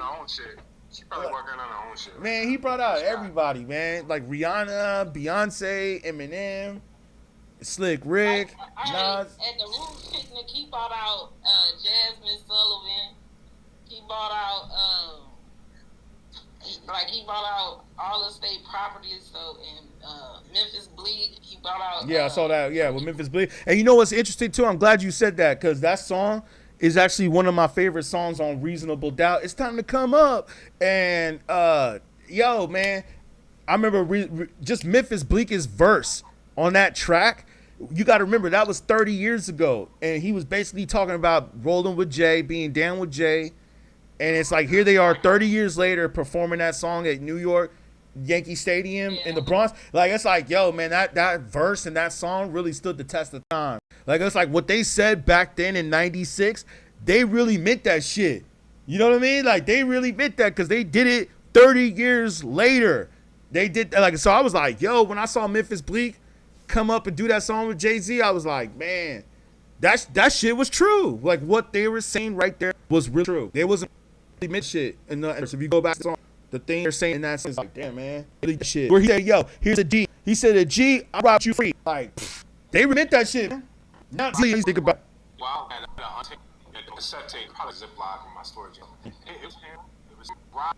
I think I want to and was I think it cracked, and it, you know, it was 11. 9/11 towers going. Okay, well, they get his verse. Right, but before that out came out, and Yeah. Jay was on it. I had to find that. Well, Big said that on first album, and he said he's on Juicy. He's 93, right? yeah, exactly. Yeah. He said so. Well, they were raising their predictions, but two in Memphis. This still not I'm trolling. Guys, not Nas always hold his own. I never did with that man. I always said that Nas was my favorite rappers. Yeah. I appreciate it. Yeah, we always jump up on it. Hopefully we get you on the next one. You know what it takes. Sure. All right. We'll get you on the next one. So, yeah. Before anything that you want to say, who's your tough about? Usually always ask people that they're saying Nas, yo. Yeah, a little person there. Yeah, Lil, I know this dude here with new Lil Wayne. Okay, we were saying earlier. Who else? Wow, surprised that. Okay, you feel that makes sense. Yeah. Okay, it's about 4 to be one more. Another Philly relative, right? What you think of his blue?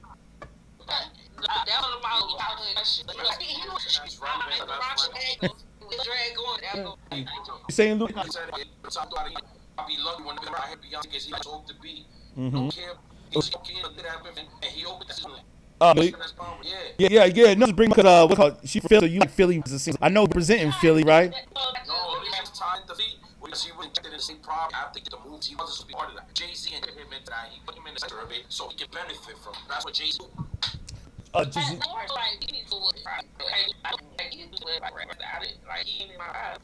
Yeah, let me know this shit though.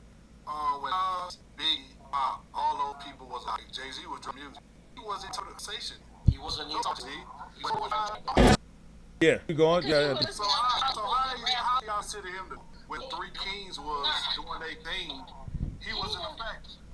No, he was just coming out. And Nah, Jay-Z been dropping. He was wearing them Hawaiian shirts and shit. Homie was on experimenting. Jay-Z went through a phase where he looked like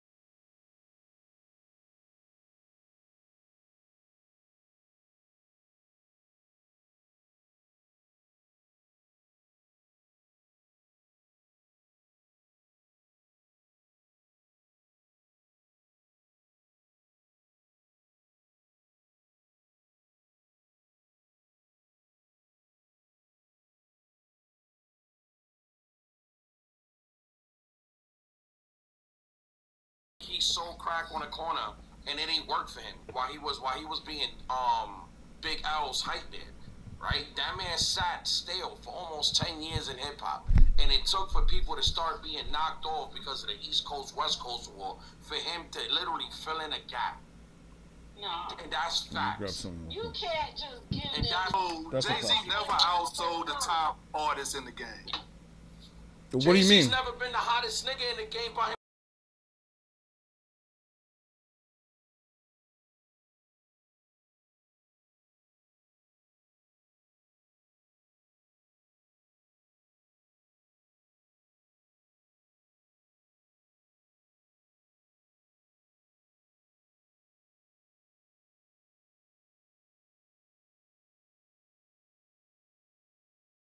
himself.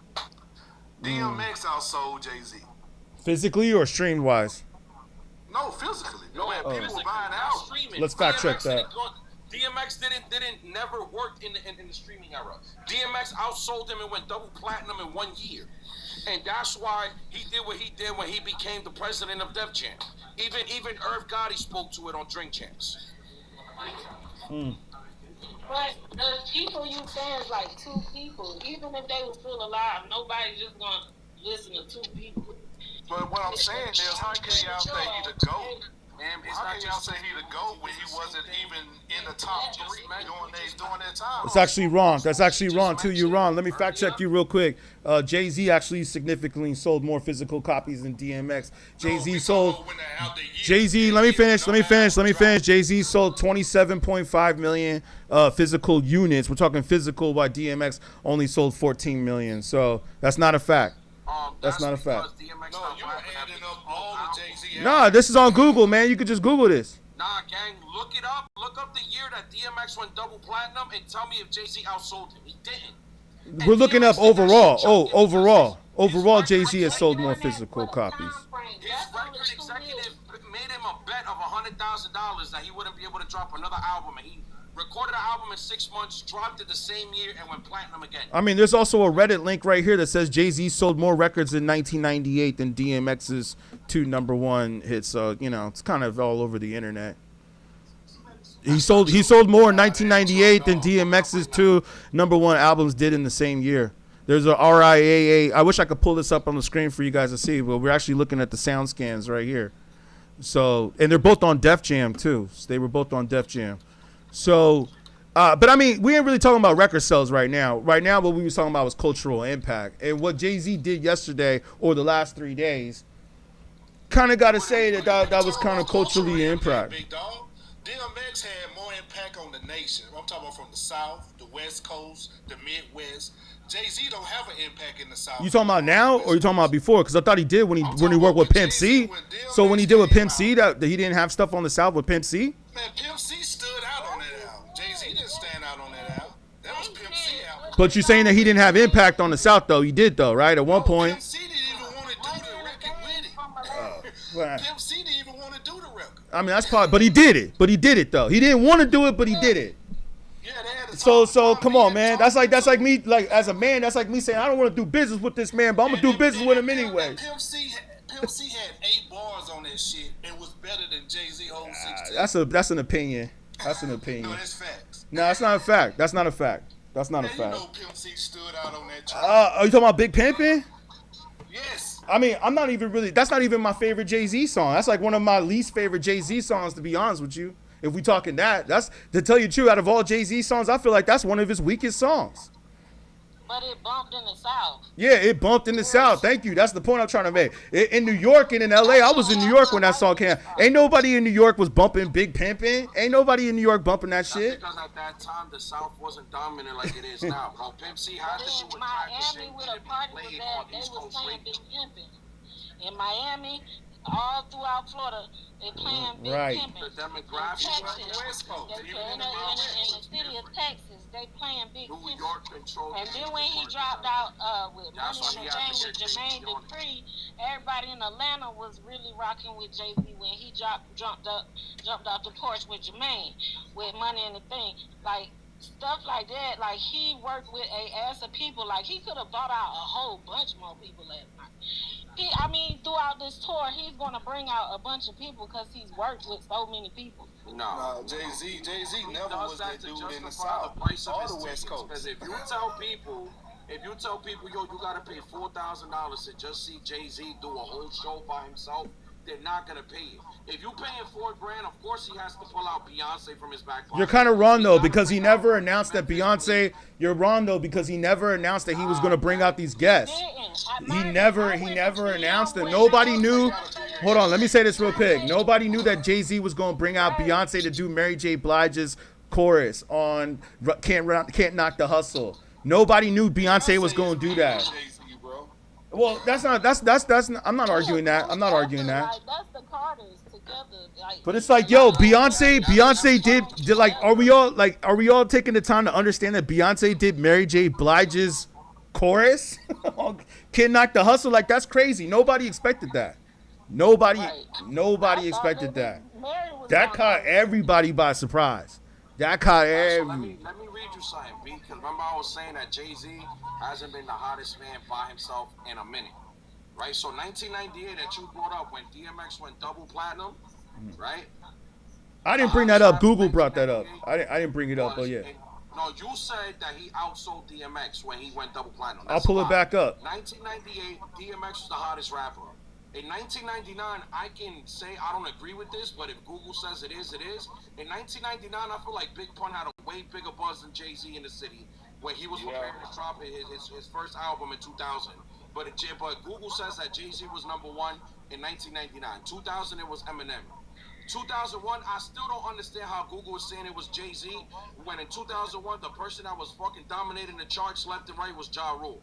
2002 Eminem, 2003 50 Cent, 2004 T.I., 2005 Jeezy, 2006 Lil Wayne, 2007 Kanye, 2008 Lil Wayne, right? So I don't understand how he's the best man and he could barely hold on to the spot by himself. Drake has held on to more years being the hottest rapper in 5 consecutive years from like 2012 to 2015 by himself. So how can you name this man the GOAT? It says it right here on the report. Staying in the middle, hovering. I mean, to talk about who sold more records and who's the GOAT are two different topics. Those are two different topics. But if we're talking about who sold more records, in 1998, I'm looking up right here. It was Jay-Z, Volume 2, Hard Knock Life. It sold more than DMX's album. Well, I'm just looking at what it says right here on the certificate. Google got it messed up because Google's saying Jay-Z's Hard Knock Life was the best album of 1999. Or no, when it was certified platinum. It was certified platinum I think in September of 1998. So, I don't know. That's what it's saying right here on the RIAA.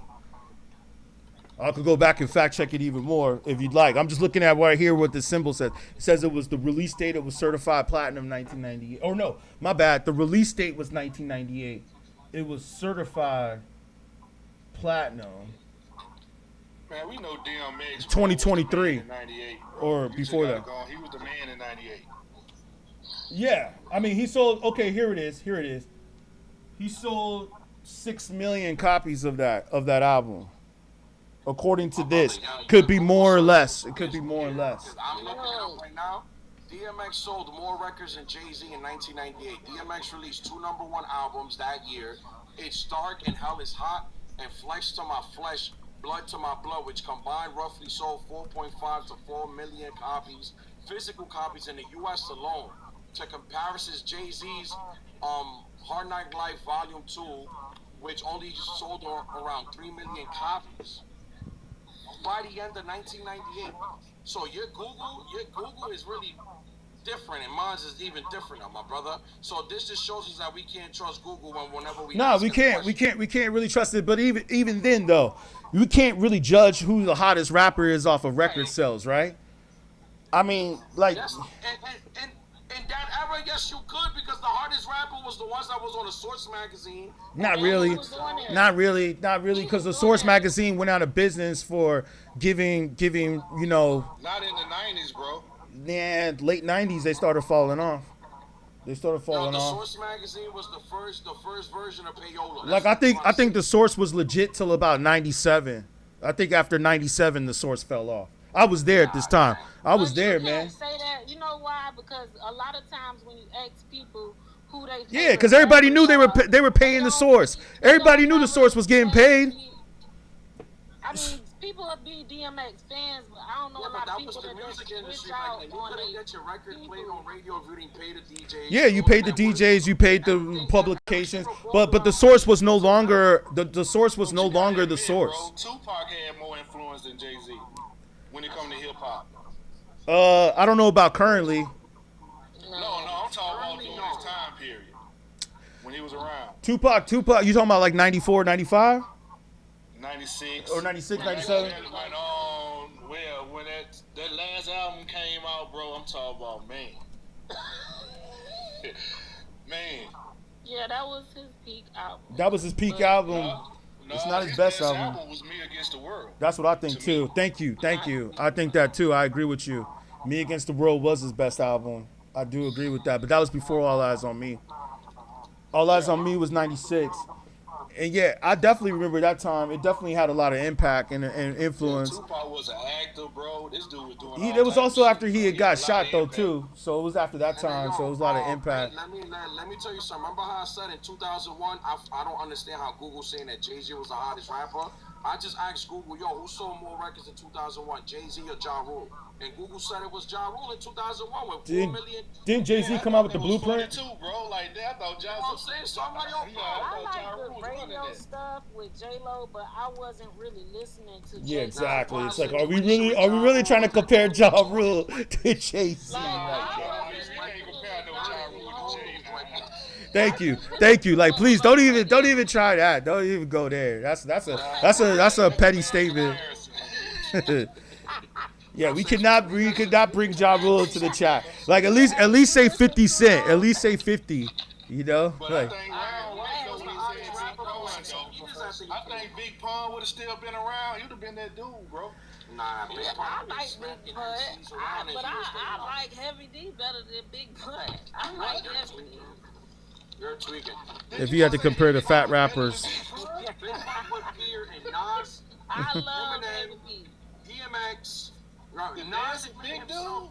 When he got on Johnny Blaze and he heard Pun's verse, that he had to re-record his verse 4 times, bro. 4 times. Oh, I believe that. Yeah, I heard about that. I did hear about that. I did hear about that. So obviously you don't like Jay-Z. So you don't like Jay-Z from what I'm hearing. No, it's not that I don't like him. I appreciate his artistry. I appreciate what he stands for hip hop. But a lot of people glaze him, bro. Jay-Z has literally floated mid. Nah, like, hey, Jay-Z, I can't say that for me. Listen, let me just say this real quick. For me, I can't say that because I've been listening to hip hop before the golden era. You're gonna break a record because you there longer than everybody else. Yeah. Like when Reasonable Doubt came out though, everybody was bumping Reasonable Doubt. No. Wait, hold on. Take it back before Blueprint though. Like Reasonable Doubt was a big album when it came out. It didn't probably go platinum and do all that right in the first week or two. It was a Not the biggest album in 1996. I wouldn't say, no, it was Tupac, All Eyes on Me. Yes. But Jay-Z's Reasonable Doubt was an underground album at the time. It was an underground album that everybody was listening to, and because he was fucking with Premier. He was rocking with Premier, and I remember a lot of people, like, you know, Premier was always running the game at that time. So it was like, oh, Jay-Z got Primo. He had, who else? Ski Beats was like really big at the time. Ski Beats was doing a bunch of other people. I mean, come on, he did the Feeling It. Feeling It still bumps to this day.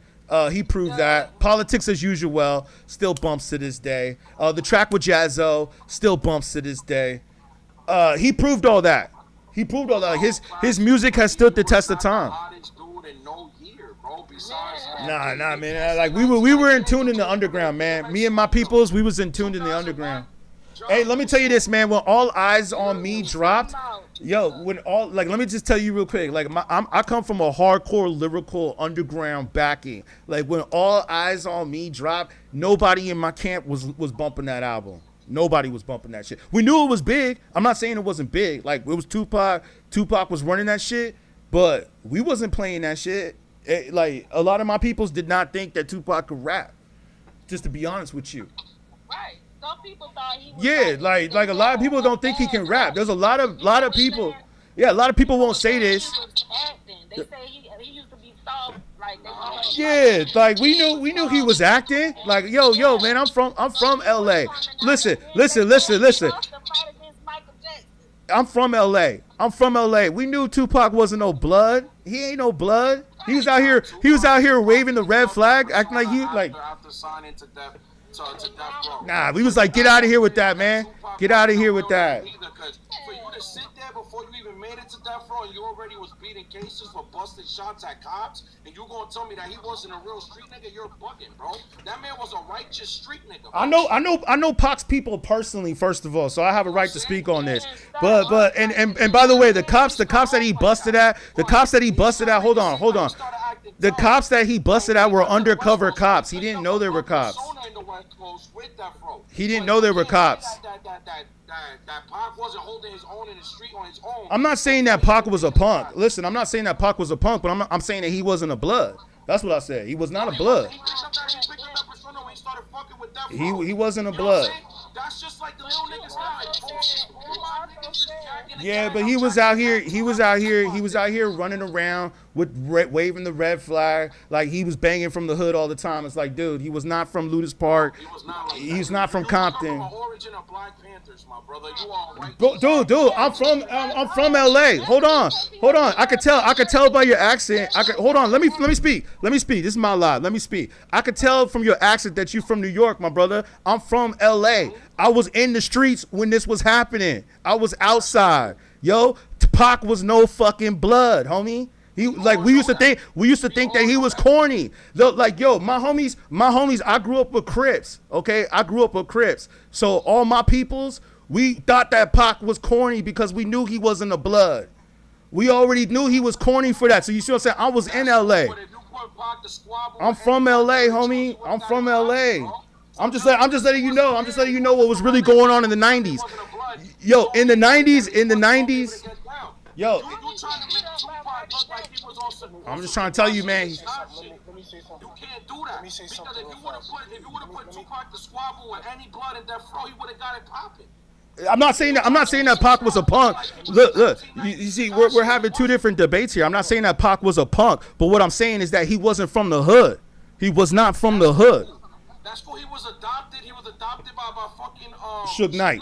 So yeah, he was adopted by Suge Knight. But just because somebody adopts you doesn't look. This is why I miss my boy Nipsey so much, because Nipsey would say this about Lil Wayne. Remember, Lil Wayne was out here claiming that he was a blood. Lil Wayne said, "Hey, just because you adopted like Chris Brown, don't mean you from the hood. You ain't from the hood, dude." Like, don't be out here claiming the hood. Because I'm going to tell you right now, there's going to be times where they're going to be out there in the hood and some real dudes are going to check them. And they ain't going to do nothing about it, man. Trust me. Because a lot of those cats like Lil Wayne, like people that be talking about Lil Wayne, what happened with Lil Wayne when he got checked by a bunch of Crips? What did he do? He ran, and he locked the bus. And even Nipsey Hussle, you can look this up. Nipsey Hussle went on Big Boy's radio show and checked Lil Wayne. They both got the same baby mama. You know what I'm saying? They both got the same baby mama. And Lil Wayne and Nipsey Hussle checked him. He said, yo, man, just because you got adopted don't mean you really from the hood. So that's all I'm trying to say. Like, back in the 90s, we thought Pac was kind of lame for that. I'm not saying that he couldn't rap or that he wasn't with it. I'm just letting you know what the temperature was really like in the 90s. This is in the 90s. In the 90s, we didn't give a fuck about record sales. You should know this, as some of y'all from the golden era. We didn't give a fuck about record sales or this or that. What we cared about was this cat a real rapper? Remember Gangstar? I remember somebody in the comment. Hold on, someone in the comments put up Guru. Remember back in the 90s, if you walked around with security, you was considered a chump. You was considered a punk if you walked around with security in the 90s. So that's what I'm trying to say. It's like, I'm not saying Pac wasn't really about it, but because you had to be. But my point is, though, is that, nah, man, in the 90s, I remember a lot of cats wasn't fucking with Pac. They was not fucking with him because of all this and that he was putting on MTV. And I know his mentor, Layla Steinberg, And she even said that and she's even portrayed in the movie. She even said to me personally, to us personally, she didn't say this on YouTube. She told us this personally, that when he went and got with Suge Knight, that she didn't like that at all. So it's like, yo, man, I roll with Pac's mentors, yo. I could speak about this more than anybody, yo. I could speak about this more than anybody. I mean, when you desperate locked in a cage and somebody offering you freedom. Layla Steinberg was Pac's mentor. She said when he got with Suge, she said that was the downfall of his career, was when he got with Suge. That's what she said straight up. Can I say something? Yeah, for sure. I got you. Sorry about my Pac rant. It's just that I work with people that work with Pac. So it's like I feel like I could speak on that. You know what I mean? No, that's cool. I was born and raised in Long Beach, so I Okay. actually know Layla also. So. Okay, so you know what's up. You know what's up. You know Layla. No, what you're saying is what's up, but I'm gonna just say this real fast. Two things. One, on this Tupac situation, when it comes down to the culture, you said that you are from LA. You know 92.3 to beat Theo on the radio. When Yep. they announced Tupac's death, it was devastating out here in Cali. It was devastating. People were praying. It was tough. So what I'm talking about as far as the fact that the impact he had on hip hop is definitely something that was strong. And I personally believe when it comes down to your prompt, when we talk about JAY-Z, I think that JAY-Z he's benefited from the loss of Biggie, the loss of Pac. I think that he's a great opportunist. I actually met him one time. He's a business person. But the one thing that bothered me, and I'm gonna say this and I'm gonna be done with it. The one thing that bothered me is that when JAY-Z came out with the Black Album, I was overseas when that came out. When the album came out, the CD was completely black. There was no writing on it. On the spine it said JAY-Z the Black Album.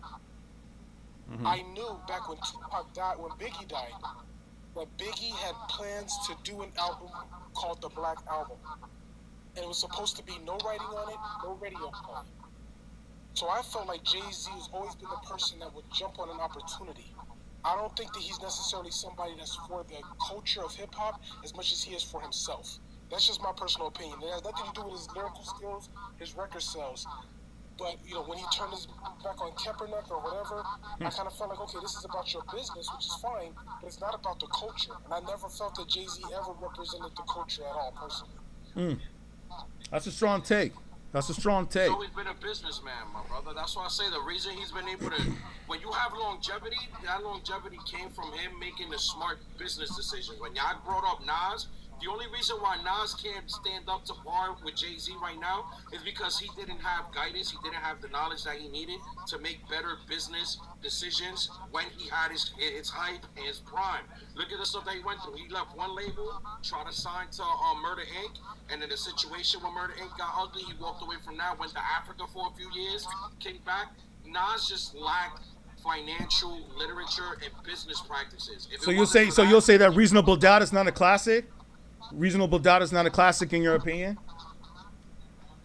I mean, for New York culture, yes. In my playlist, no. Okay. To be honest. That's fair. What about Blueprint or the Black Album? Because I think unanimously a lot of people agree with those. I only listen to 2 songs from Blueprint. Okay. The first one. And let me guess, Renegade is one of them, right? No, because I didn't start rocking with Eminem till after Eminem did Encore. Wow, damn, that's crazy, man. My first exposure to Eminem. What year did you start listening to hip hop again? I thought you was golden era. No, I've been listening to hip hop since 1996. Okay. When I was 3 years old. Okay. But I wasn't fully exposed to Eminem until 8 Mile came out because remember. Yeah. So you're kind of a youngster. You're Gen Z. You're Gen Z or a millennial. You're I was born in 93. Hey, thanks for letting me up. Yeah, I got you. I gotta just say this real quick to him. 96 was the year that hip hop started going downhill. Just to be honest with you. I would not say that. Nah, it was 97 was the last great year of hip hop. Like if you talk about real hip hop, where the record industry didn't have the influence of the culture. The record companies, and trust me, I know this for a fact because I worked at Sony, and at 99, and I was working at Sony before the internet. So that's kind of why I do this. And I got to tell you, like, 2000, 2001, that's when the record company started putting their hands in it.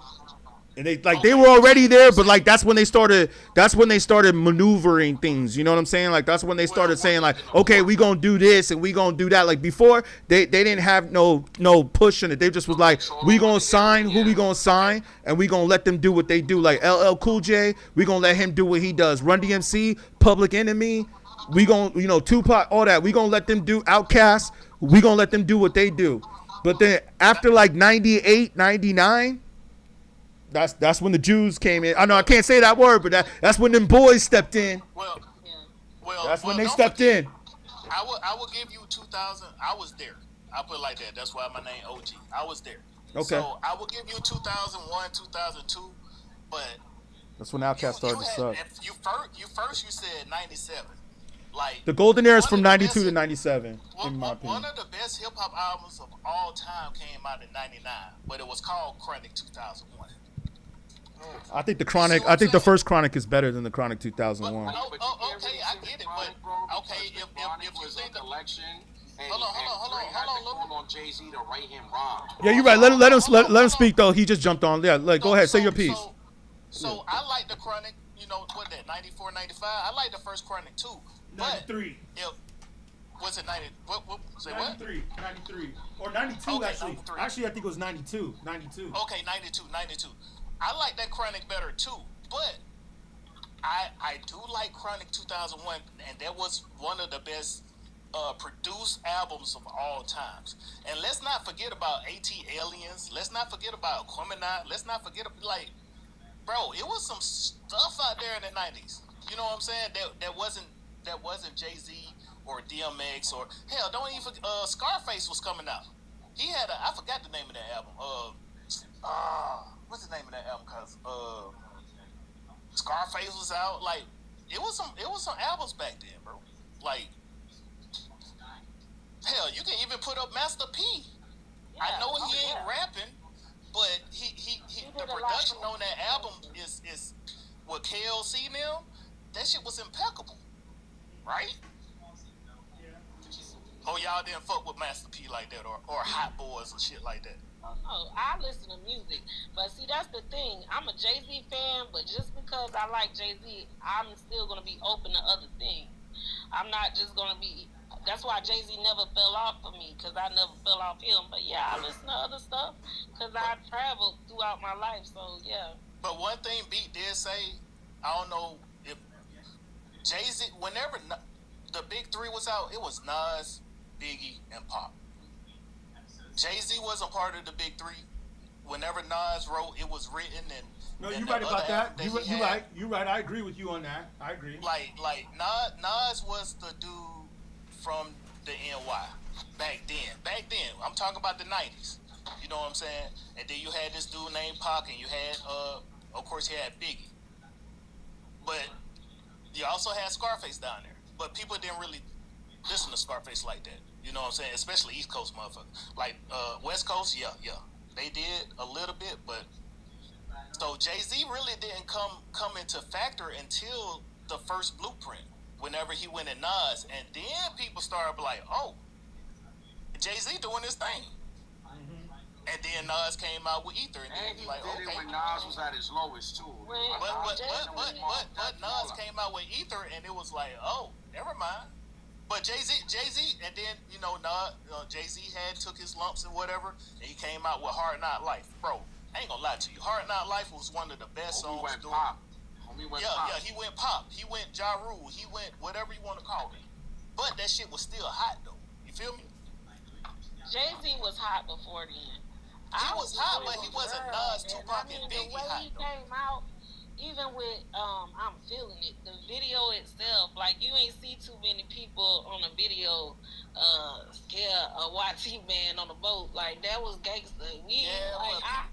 That's true. That's a good point. Sorry for interrupting. And I was probably like 8 years old. I just always thought he was dope. But Nas also had a song called "If I Rule the World." Like he wasn't. You see what I'm saying? So Nas still was up there. You got me. Like we was listening to Feeling. The Feeling was sort of like an underground, and then not in New York, not in the East Coast. It wasn't underground East Coast, but down south in the West Coast and stuff like that, we really didn't fuck with Jay-Z until he came down and started fucking with Pimp C and Bun B, Big Pimpin'. This when he went universal. Can I ask y'all a question? Yeah. Let me ask y'all a question. Do y'all think that if Biggie didn't die and Tupac didn't die, that Jay-Z would be where he's at right now? Hell no. I think he would. I agree. I think he would. Because like you know, one thing I do like about Jay-Z, because he is for the culture, I think, and he make us look good. You know what I mean? He can come out in a suit and tie with his whole family, and you know, a lot of times when we have talent, it always got to end in a sad story, like somebody wind up unalived or something. Like, you know, it's always, you know, bad. But him and his whole family, they come out and they, you know, look decent and they present in a great way. Even when he came out with the 444, I was the first to furnish with it. And you know, he did a visual with Bob Marley's son in Jamaica. That, and I watched the whole thing. Like, I got the album, you know, and it's years later from me liking him ever since I was like 8 years old, 7 or 8. I'm not gonna sell Jay-Z short. If Tupac and Biggie would have passed away, he would have been at least a Snoop Dogg. That makes sense to you? Like, Snoop Dogg is been here for a long time. He put out classic after classic. But nobody would ever say, hey, Snoop Dogg is better than Biggie or Snoop Dogg is better than Tupac. I would give him at least a Snoop Dogg level type MC. You know, East Coast wise. That would probably be Kanye. That would probably be Kanye be the Snoop Dogg. True be told. But it wouldn't, you know, Jay-Z, no. I think Kanye is a beast, though. I mean, I know he don't write. So he would be the Snoop Dogg. Okay. Wouldn't be no Snoop Dogg, no. Okay. I got you. I think Kanye West is a better producer than he is a rapper. You know, Kanye is a better producer than he is a rapper. Man, I ain't gonna lie to you. Kanye, I don't know who wrote this shit, but Kanye West has some hey, he got some shit. I mean, he came off on Watch the Throne. That's what I was gonna say. Like, if they were still homies, he would have did Watch the Throne. That would have really lit the roof over there at Yankee Stadium. But I gotta say though that you were right about Jay-Z not being at the level yet. But the other thing is that I feel like Jay-Z kind of he crept up. Like, you was right about like mid 90s, somewhere, or no, late 90s, early 2000s. Like, when Jay-Z dropped the Blueprint, the first one, I think that was the time when I think Jay-Z hit the radar. Like, cause you're right. People start saying, oh shit, you know what I'm saying? They start looking at Jay-Z a little bit different whenever that Blueprint. And keep in mind, the Blueprint is the album that made Kanye West. You know? Yeah, production-wise. Yep. Yeah. Right. Just everything. Production-wise, I mean, not really rapper-wise. Kweli was the rapper that put Kanye on, and Dilated Peoples. People forget that one. Also from L.A. But, yeah. Other than Dilated Peoples and Kanye West, or who was the other one? Oh, yeah, Talib Kweli. They were the ones that put him on as a rapper. Jay-Z put him on as a producer. Because everybody was like, who did the H to the Izzo? I to the Izzy? And he did that song, too, at Yankee Stadium. But this is what I want to say about Biggie. Because I know you said, would he be where he is if it wasn't for Biggie? I think yes, man, because Brooklyn's Finest is a classic song. And that's what I was saying. I don't know, you might have jumped on later on. But earlier in this chat, we were speaking on, man, when he did Brooklyn's Finest and he had the Biggie on the screen on the Jumbotron, rapping the lyrics and playing the video. Yo, man, I wasn't even there, but I can say I felt the energy through the screen. Like, that looked magical, where he had Biggie on the big Jumbotron at Yankee Stadium rapping the lyrics. And he wasn't even rapping Biggie's lyrics. When Biggie was rapping, he put the mic down and he looked at the screen. He looked at the screen and he let the audience rap the lyrics. Like, nah, man. I'm gonna be real with you. That was classic. Jay-Z has that longevity argument like a LeBron James. Yo, that was some genius shit, I gotta say.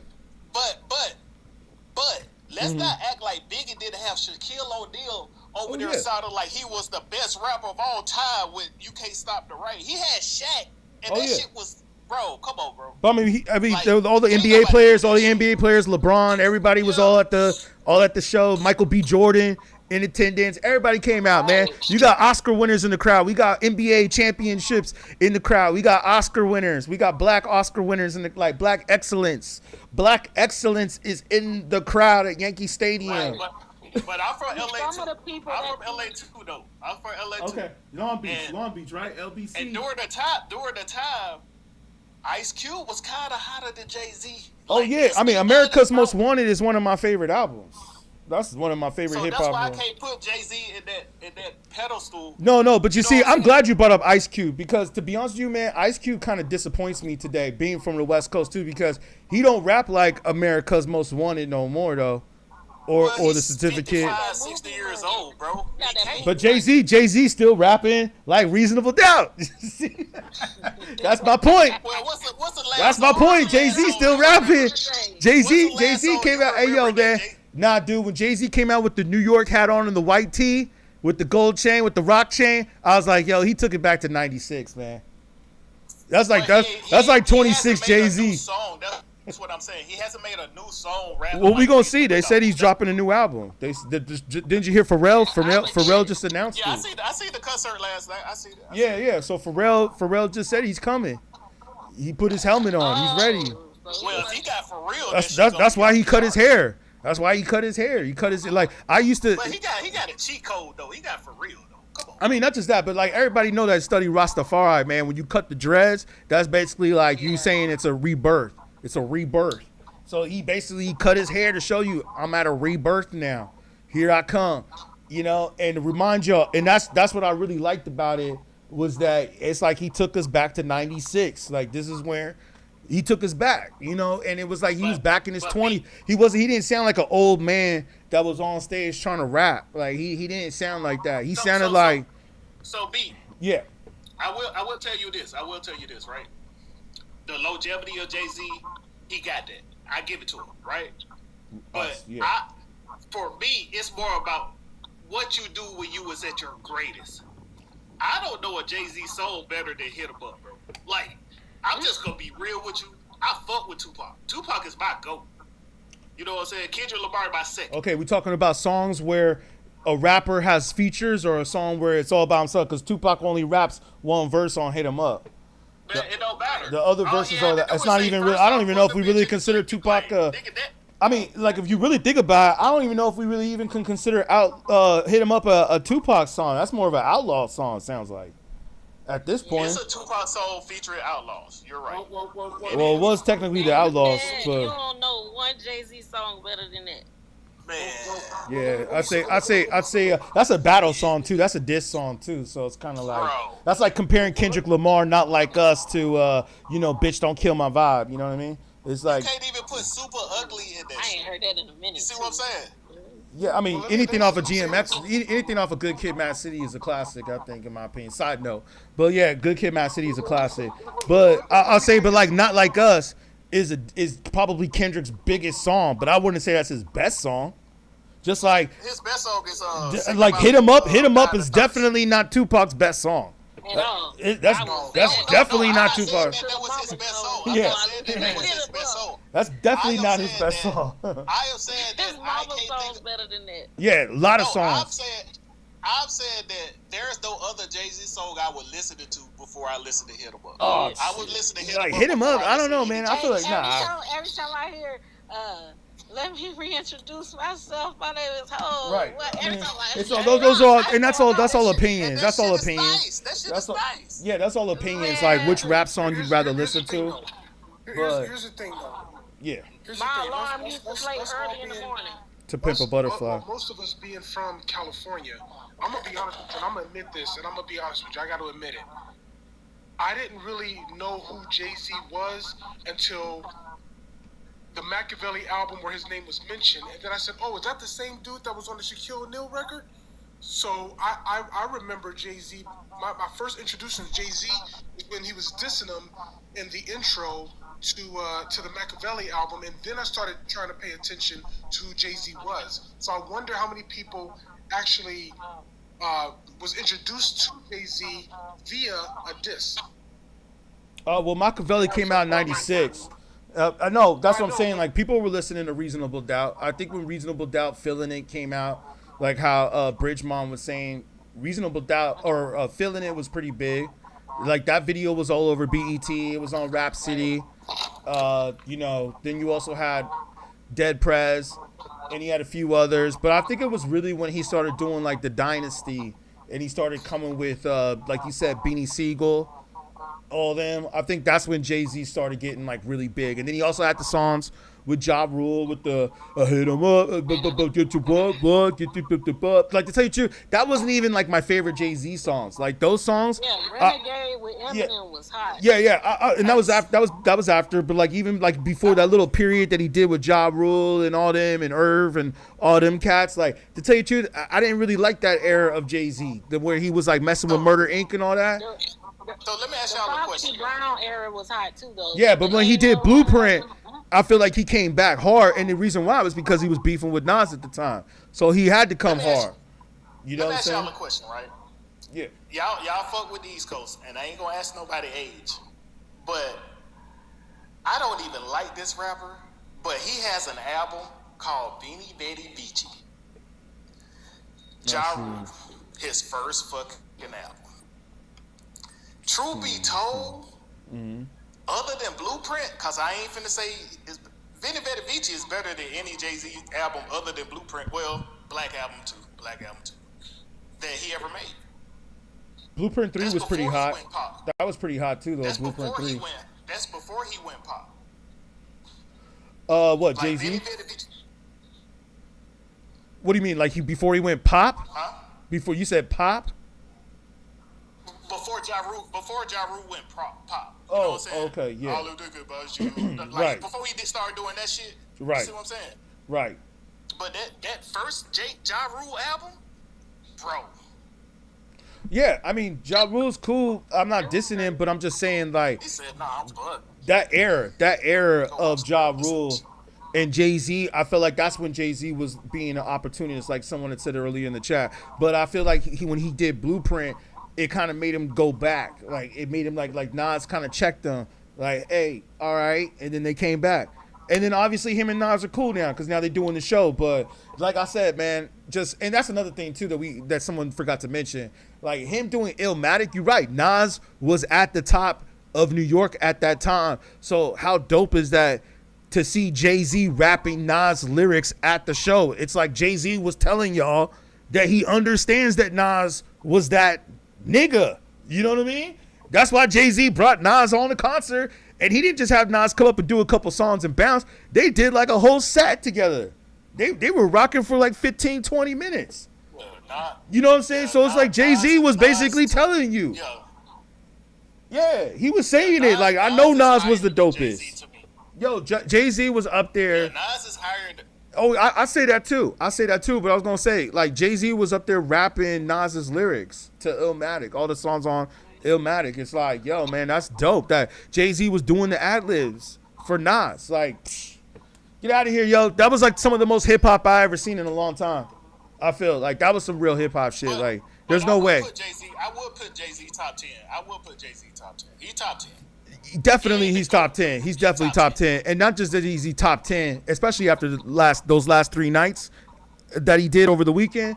It's like, how could you say that, even if you're not even a Jay-Z fan, how could you not say that wasn't hip hop? You know what I mean? Like, if somebody were, I haven't really heard nobody say that. They might say he's garbage or trash or they don't like his music, but I haven't heard somebody say, oh, like, that wasn't hip hop, or that wasn't, like, there's no way you could say that what happened during that weekend was not hip hop to the fullest. Like, whether it was hip hop. Yeah, like, it's like, and when people were saying the businessman thing, that's just the thing I don't understand, because it's like, oh, okay, so he's making money from doing music. It's like, isn't that the point though too, is to sell records? But let's not act like Jay-Z didn't flourish on.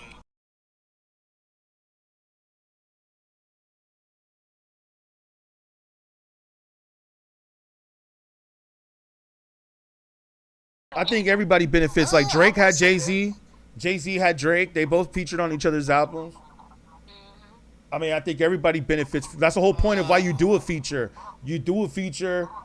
Isn't that what we doing right now? Like, y'all are featuring on my channel and I'm featuring on your channel. And it helps everybody grow. Everybody tunes in and everybody listens and people look at people's followers and look at this and look at that. That's how you grow. You got to do features. Jay-Z and Drake. These two names, Jay-Z and Drake. Mm-hmm. They go ham on features. Or having somebody, like, let's not act like the Migos and Drake can't make a fucking classic. You see what I'm saying? And it's the Migos. Let's not act like Jay-Z and Biggie, or Jay-Z and Rihanna, or Jay-Z and Beyonce, or Jay-Z and, like, whoever. You know what I'm saying? I just think that Jay-Z and Drake are feature kings. Like, they gon' get the people on there. Hell, Drake had Project Pack on one of that shit. I think he would just. But what about Drake's latest project, though, on Iceman? I don't think he had any features on Iceman. I don't think he did. And Iceman's pretty dope. He did. He had on Iceman. Oh yeah, he had Future and Monty Santana. Okay, yeah. No, that wasn't on the Iceman though. That was on a different one, right? That was on the other album, but you know. Oh, okay. You just talking about strictly Iceman. Well, that was it. He dropped 3 albums. Iceman was one of the albums. The other ones was the Hot BBT, and the other one was I forgot the name of the other one. But so yeah, no, Iceman was just the album by itself, not the other 3, not the other 2, just Iceman. It was all Drake just rapping. I don't think he had any features on that. And that album was dope. You know what I'm saying? So it's just like, but I think everybody got features. It wasn't used. That's kind of that's debatable. That's debatable.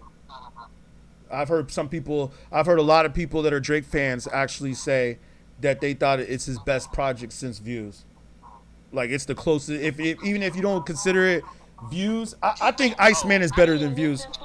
my personal opinion, I like it better than Views. Well, I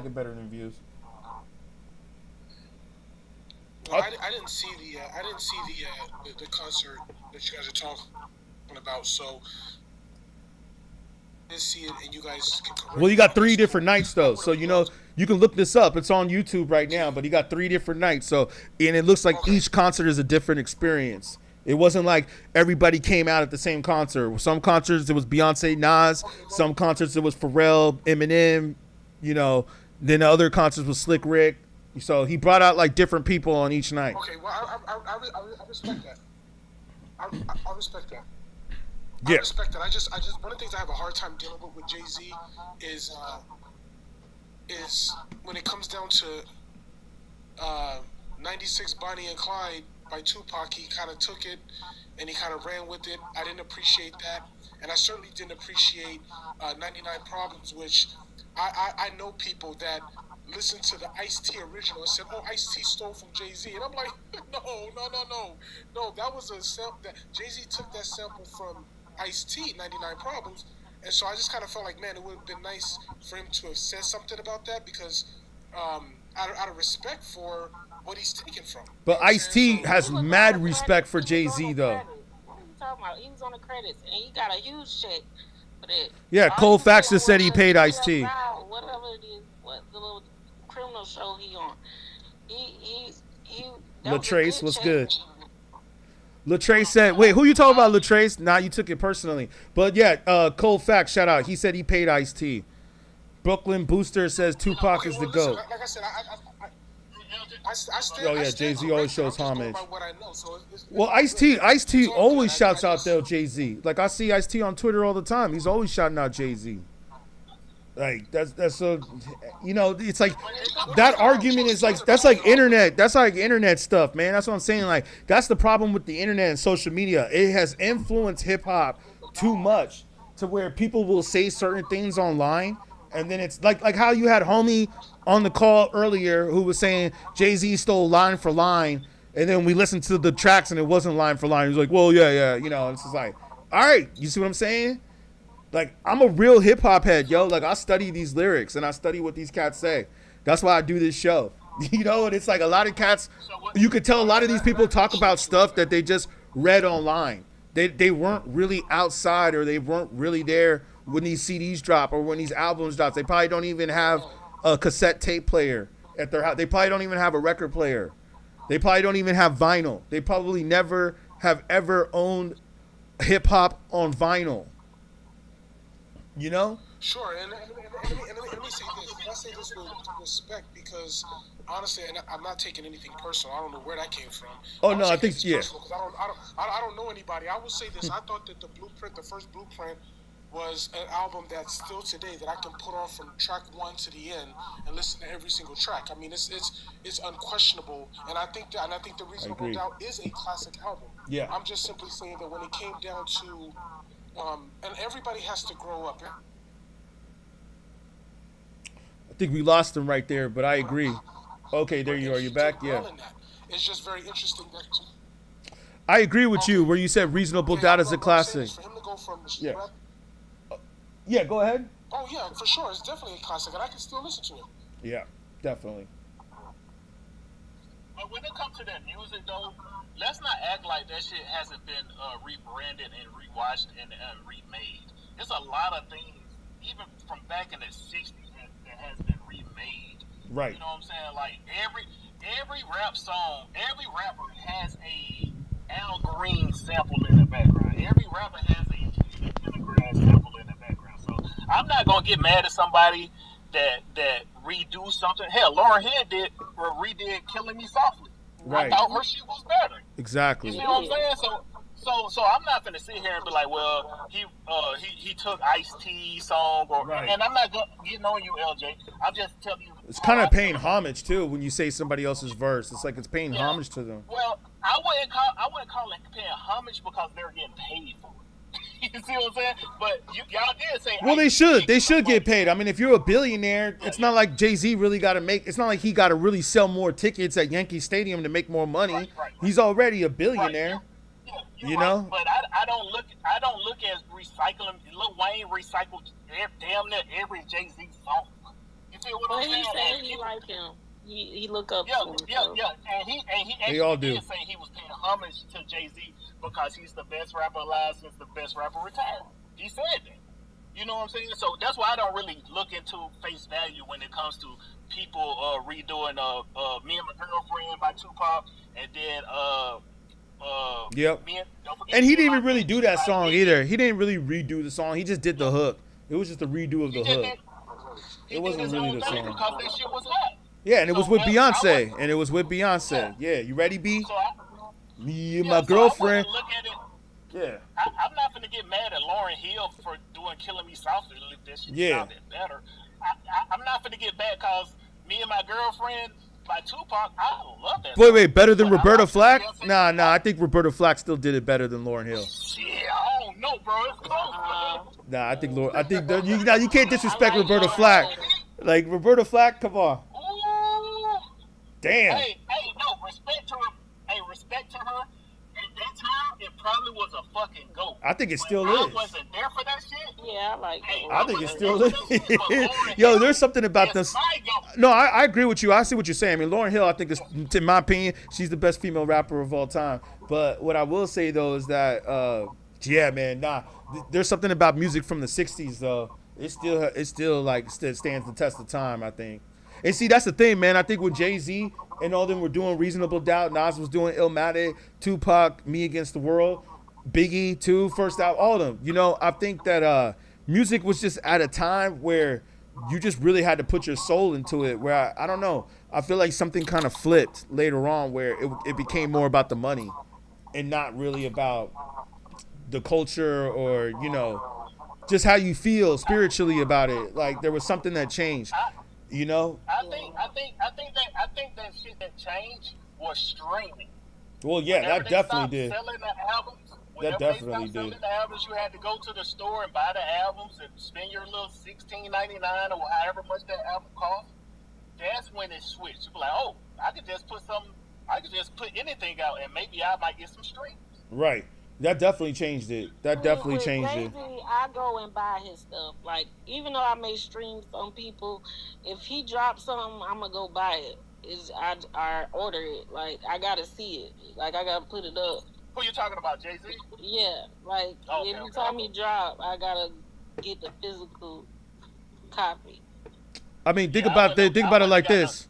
No, sorry. I was going to just say real quick, like, think about the fact that after this concert, how many people are going to go buy Jay-Z albums. G Unit says MC Lyte was the real boss rapper. Yeah, she's in my top 5. She's in my top 5. See, my list come from, like, my childhood. People I listen to in my childhood. That's everybody. I'm not gonna lie to y'all. Well, she was talking about female rappers, but yeah. And I can't stand this girl. The best female rapper I ever heard was Nicki Minaj, man. I think Lauryn Hill. I ain't gonna lie. See, honestly, people get mad when I say this, but lyrically, Megan Thee Stallion is a better rapper than Nicki Minaj. Like, I ain't gonna lie. I don't like. No, I don't agree with that. I don't agree with that. Nah, Nicki Minaj is much better than Megan Thee Stallion. I gotta say that. I think Cardi B is better than Megan Thee Stallion. I done seen Nicki Minaj hold her own to Eminem. Like, I'm like, oh my goodness. She had a better verse on one Eminem on one. Well, I ain't tripping. Eminem is not the top 10 rappers though. Anyway, so. She started a lot. I never really seen her do. Like, yo, Nicki's dope. She took the Lil Kim style to another level, but I still don't think that Nicki. Itty Bitty went off. She did like Itty Bitty was like one of her hardest like freestyles, and she's dope. I seen Megan freestyle so many times on multiple. I don't like Nicki as a you gotta person. tell that girl to shut up because she gonna keep going. Yeah, I don't like Nicki as a person, but as a rapper, she is the GOAT. I don't like Megan as a person, but as a rapper, the girl I really don't think Nicki. I don't think Nicki is fucking with Lauryn Hill. I don't think she is. You know, man, I mean, there's even a video of them meeting, and Nicki Minaj is bowing down to Lauryn Hill in the video. So yeah, because that was star power. That ain't have nothing to do with no damn rapping. Nicki Minaj was. I don't know, man. Miseducation. Singer. Lauryn Hill only put out one album though. I think Lauryn Hill's one album is better than like 2 or 3 of Nicki Minaj's albums all put together. That's true. That still don't mean that she's a better rapper. Like Lauryn Hill, like I don't know. The Miseducation is a pretty powerful album. Like that album could be considered one of the best hip hop albums of all time, no matter like female or male. Like I think a lot of people will say the Miseducation of Lauryn Hill is one of the best rap albums. Period. Like Nicki Minaj, she might have one. She might have one in there, like maybe one, but I don't know if it would be over Miseducation. You put Queen Latifah, MC Lyte in the booth right now, they would clean up Nicki Minaj. Yeah, Queen Latifah's definitely up there in the top 5. I agree with that too. Nicki do a lot of y'all just yapping right now, bro. I don't know what the hell y'all talking about. Queen Latifah and MC Lyte really over Nicki. I would say Queen Latifah. I would say Queen Latifah. UNITY was a big song though when it came out. That was a big song. UNITY. Yeah, but Nicki got big albums. Still is. It still is to this day.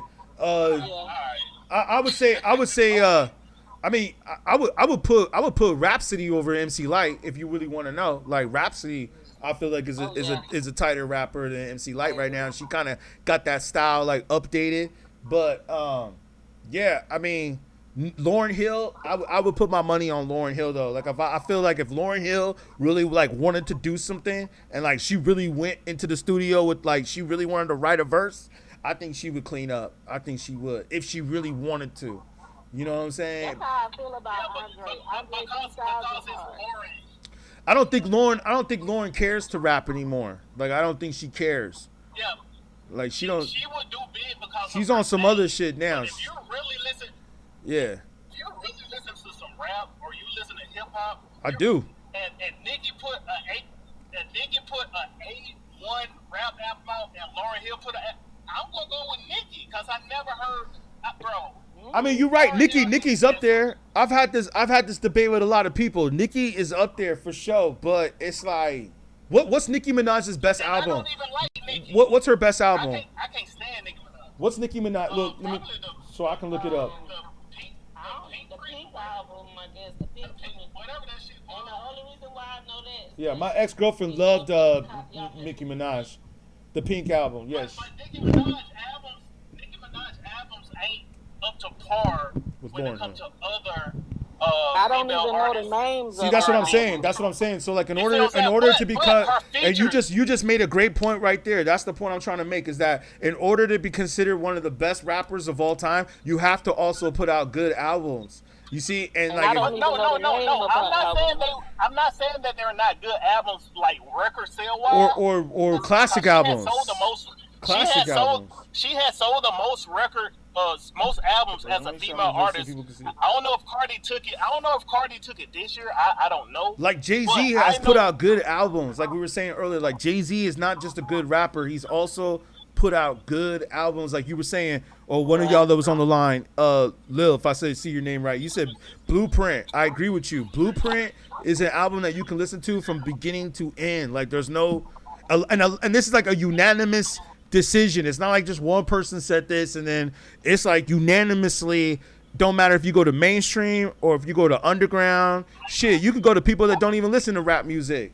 Everybody will agree that the Blueprint is definitely an album that you can listen to from beginning to end.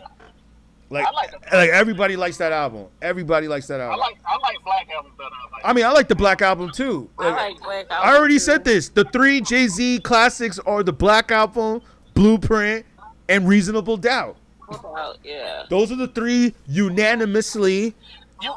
Everywhere you go, you're gonna have somebody say listen what I'm saying. Any hip hop circle you go to, any hip hop debate, any hip hop talk, people are always gonna say, what's your favorite Jay-Z album? Everybody's either gonna say Blueprint or the Black Album. That's like every conversation. Every conversation they're gonna say Blueprint or the Black Album. So that's my point. He got classics. My point is that he has a classic album. Nicki Minaj? I don't know. Does she? Yeah, she just, I mean, not really. I don't think she has a classic album. She have commercial hits that you just know from the radio. Her first album is a classic. Her first album. The Pink album, right? The Pink album with that's a little Wesley up in here. But Jay-Z also got another album with all 4 of the rock. What the name of that Kingdom album? Come was pretty dope. I see that in the comments. Life of Sean Carter, 2. Life and Times. Sean Carter, come on. Yeah, that's what I'm thinking. Life of Sean Carter. Yes. Volume 2 or Volume 1? Bro. Yeah, man. Thank you. I'm gonna go Volume 1. Even 444 was kind of low key classic too in a way. That is a classic. I love that. The 444? Yes. Yeah, that's kind of low key. No, I think the story. I mean that album's kind of low key classic, man. The 444, like low key. I mean, he was spitting some knowledge on that album. Like that album, I feel like you're reading a book. I mean, American Gangster to me was more classic. I mean, that's a great one too. That's the one with Nas. American Gangster was a classic.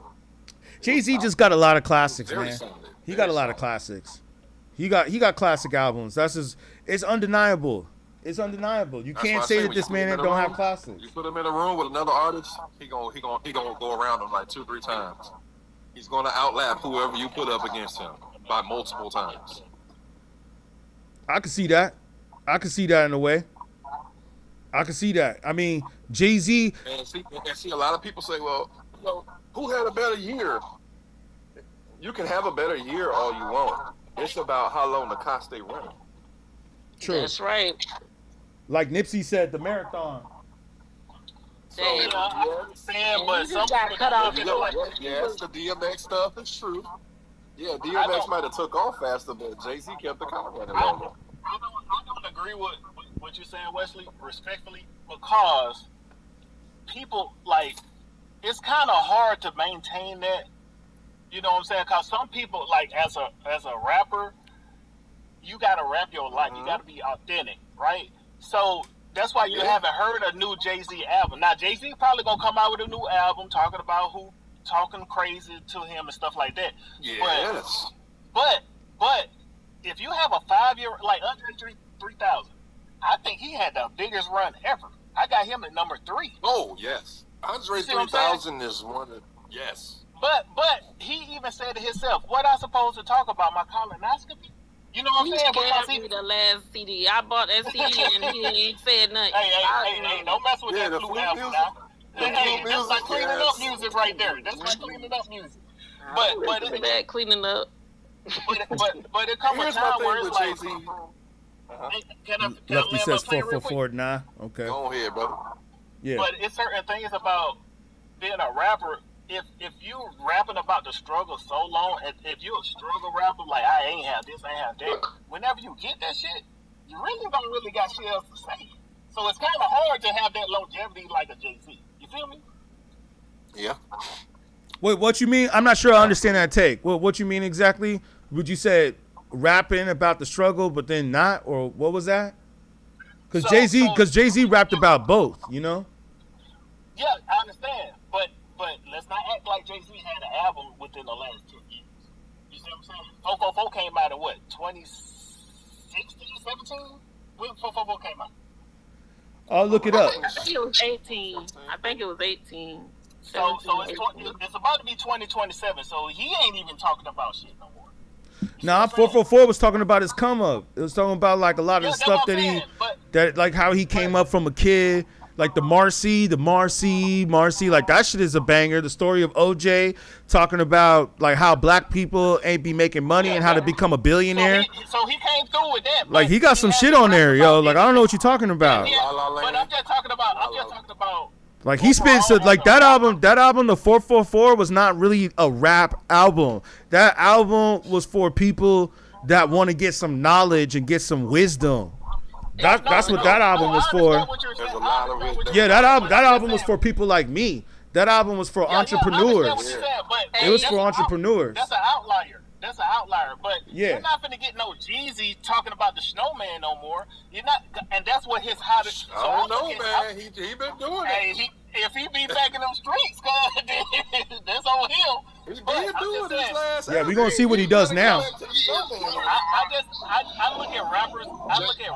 As a prime. What did you do when you were at your best? Let me go back and play the Pharrell. Did you remember the Pharrell speech last night? Well, that's for real. I mean, but like for real, yeah, for real. Like for real. Let me play it. I think I have it right here. Like Pharrell. You gotta make some noise of your own. Let me see if it plays. I think I got a lot of stuff going on in the background, but where he basically said, they're like, hey, this man got his helmet on. You know, he's going to come back. He's cut his hair. He's going to come back. He's going to kill you. So, you know, Pharrell got some beats that he doing for Jay-Z. They put the bear, Oh, definitely. and the bear cut his hair, and now he got on his helmet. He got on his helmet. He got on his helmet. And he getting ready to go to work. He's ready to work. He cut his hair, now he got on his helmet. He got But yeah, you take them out. So what I'm trying to say, Those are fighting words right there. You I know, do it small terms though. Like LeBron James and Jay-Z are the same people. Like that longevity. I ain't never seen somebody being this good for this long. I will admit to that. Okay. You understand what I'm saying? I'd never like this man he got the NY hat on. He cut off his locks. I'm like, oh shit. You feel what I'm saying? I ain't never seen that before. You look like he been working out too. You look like he been working out. So for me, it's like before Jay-Z or before LeBron James, I used to look at a player's prime. I used to look at the Jordans. I used to look at the Kobe's. I used to look at whoever. You know.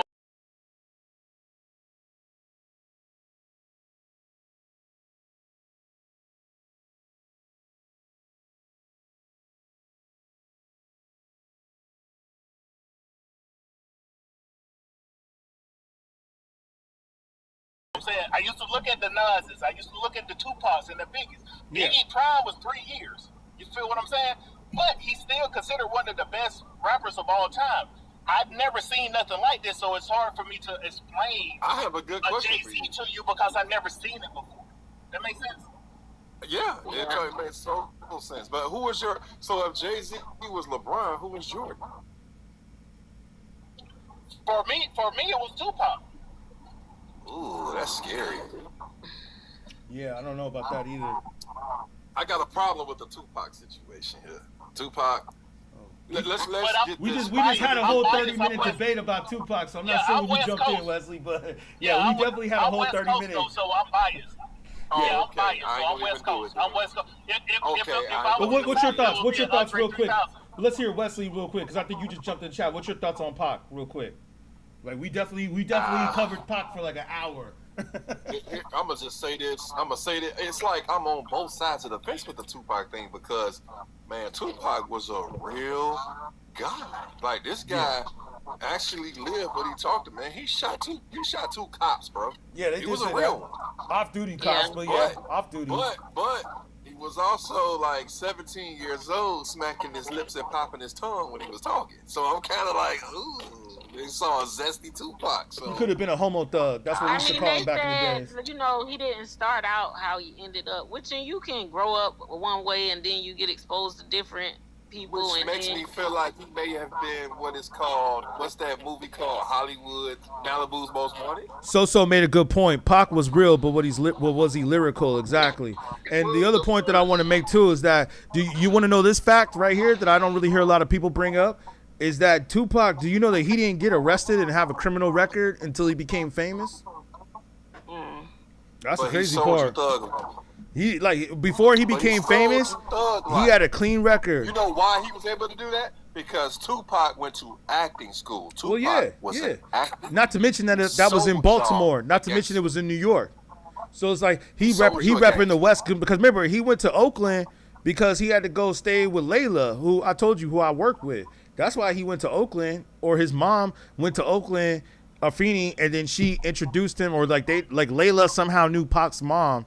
And then Layla took Pac in because Layla's from the Bay. So, you know, who I work with, Layla was kind of like a mentor to me too. But I'll say she took Tupac in, and that's why Tupac came to the Bay. But before that, they were in New York. So it's like when everybody's talking about the whole art school and theater school, that's why I try to say my homies, especially my homies that bang back in the days. Now I hang out with everybody. I'm neutral. I don't bang. I don't do none of that. I got friends that are Bloods and Crips. You know what I'm saying? But I remember when I was growing up, I hung around more Crips at the time. But I had some friends that were Bloods too. But more where I grew up, it was just more Crips at that time. That's the thing about the 90s. It didn't matter where you was at in LA. Everybody was either rocking Bloods or Crips, you know, at that time. Yeah. And so what? But let me just say this real quick. Like we so that's why, just to go back what I said earlier about Pac, that's why we felt like some of my homies that were Crips, they wasn't rocking with Pac because they knew he wasn't from the hood. They're like, this nigga, not only that, is he from the Bay, but he was from New York. That's what I'm saying. So like he ain't from LA. He ain't from LA. Was they undercover or something, or did he know they was cops? Yo, he got signed by Suge, and when Suge put him on, he started repping Compton and LA. But it was like, yo, Pac is really, if anything, he's more probably from the Bay than he is from LA. That's why Kendrick said that on Not Like Us, where he's like, you think the Bay gonna let you disrespect Pac? Because Pac is really from the Bay. Yeah. So this the question I have. And anybody, you from LA? You say you in LA, so you know, LA and the Bay Area, we don't really rock together. We don't rock together. The only reason why we rock together now is because of Kendrick. If it weren't for Kendrick, I remember, man, you go out to San Francisco, coming from LA, like you gotta watch out there. Don't be rocking a Dodger hat in San Francisco. I'd have heard a lot of arguments, right? I'd heard a lot of arguments tonight. Man, you cannot rock. Still to this day, I will tell you, still to this day, I would not recommend rocking a Dodger hat in Oakland. Still to this day. No. I'm just saying this.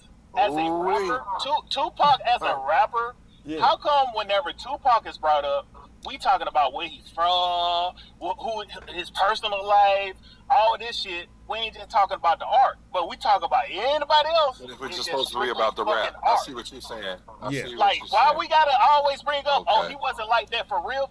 Bro, everybody on this panel pick up their phone whenever they see that bill collector call and put their white voice on. Like, let's stop acting like. Well, yeah.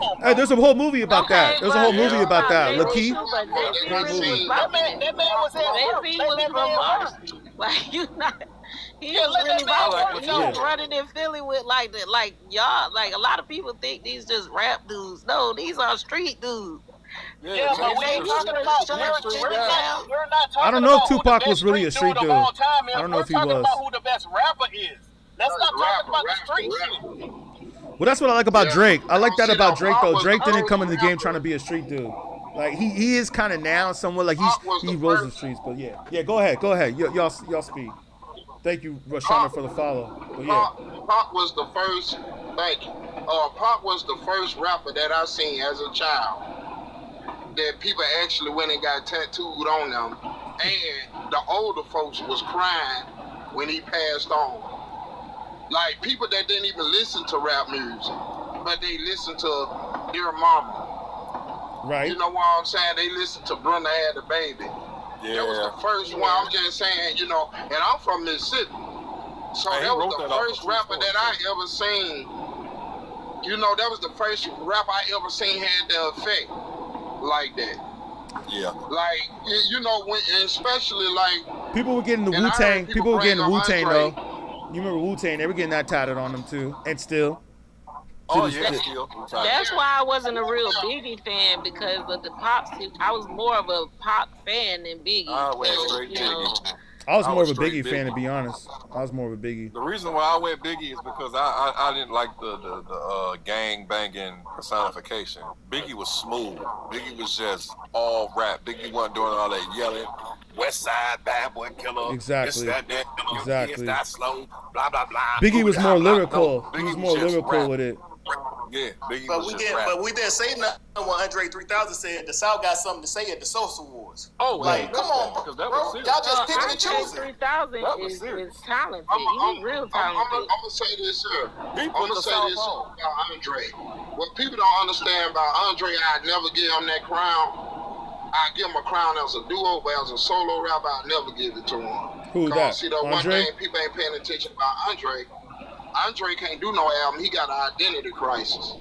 He can't do his own body of work. And he said it himself, but I picked it out a long time ago. Big Boy is that guy. Big Boy is call it the the guy. whole Dungeon family. But is that guy. I'm gonna tell you who Andre is and who level he on. Andre and Jadakiss for the 16. You go to Jadakiss, you go to Andre. There you But go. for an album, like, you know what I'm saying? Yeah, like, you no, you ain't gonna get no classic album. Okay, I remember you. I remember you, Mammoth. I remember you out in the South. Hold on, Jadakiss got. I remember you. Hey, Yeah, what's hold good, on, bro. fam? You in the South. Truck driver from the South, right? Got- Truck driver from the Yeah, South? Jadakiss Yeah, got okay. an album. Man, he ain't gonna give you no. He ain't gonna give you no hot album. Jadakiss ain't gonna give you no hot album. He gonna give you some cold features though. Yeah, that's right. That's what I think. I think Jadakiss's first album was only really good album. He should team up with Alchemist more. If he did something with Alchemist, that would be dope. I don't know why they don't do it. But yeah, like someone said in the comments, Jadakiss fell off. Yeah. Or someone else said he's hard as heck. You know, that's all opinions. I might have read one of them wrong, but someone said. But I think Jadakiss is dope though. I think Jadakiss definitely. He's. I mean, Styles P from the Locks ain't bad either. Styles P's probably dope too. Not at all. Styles P.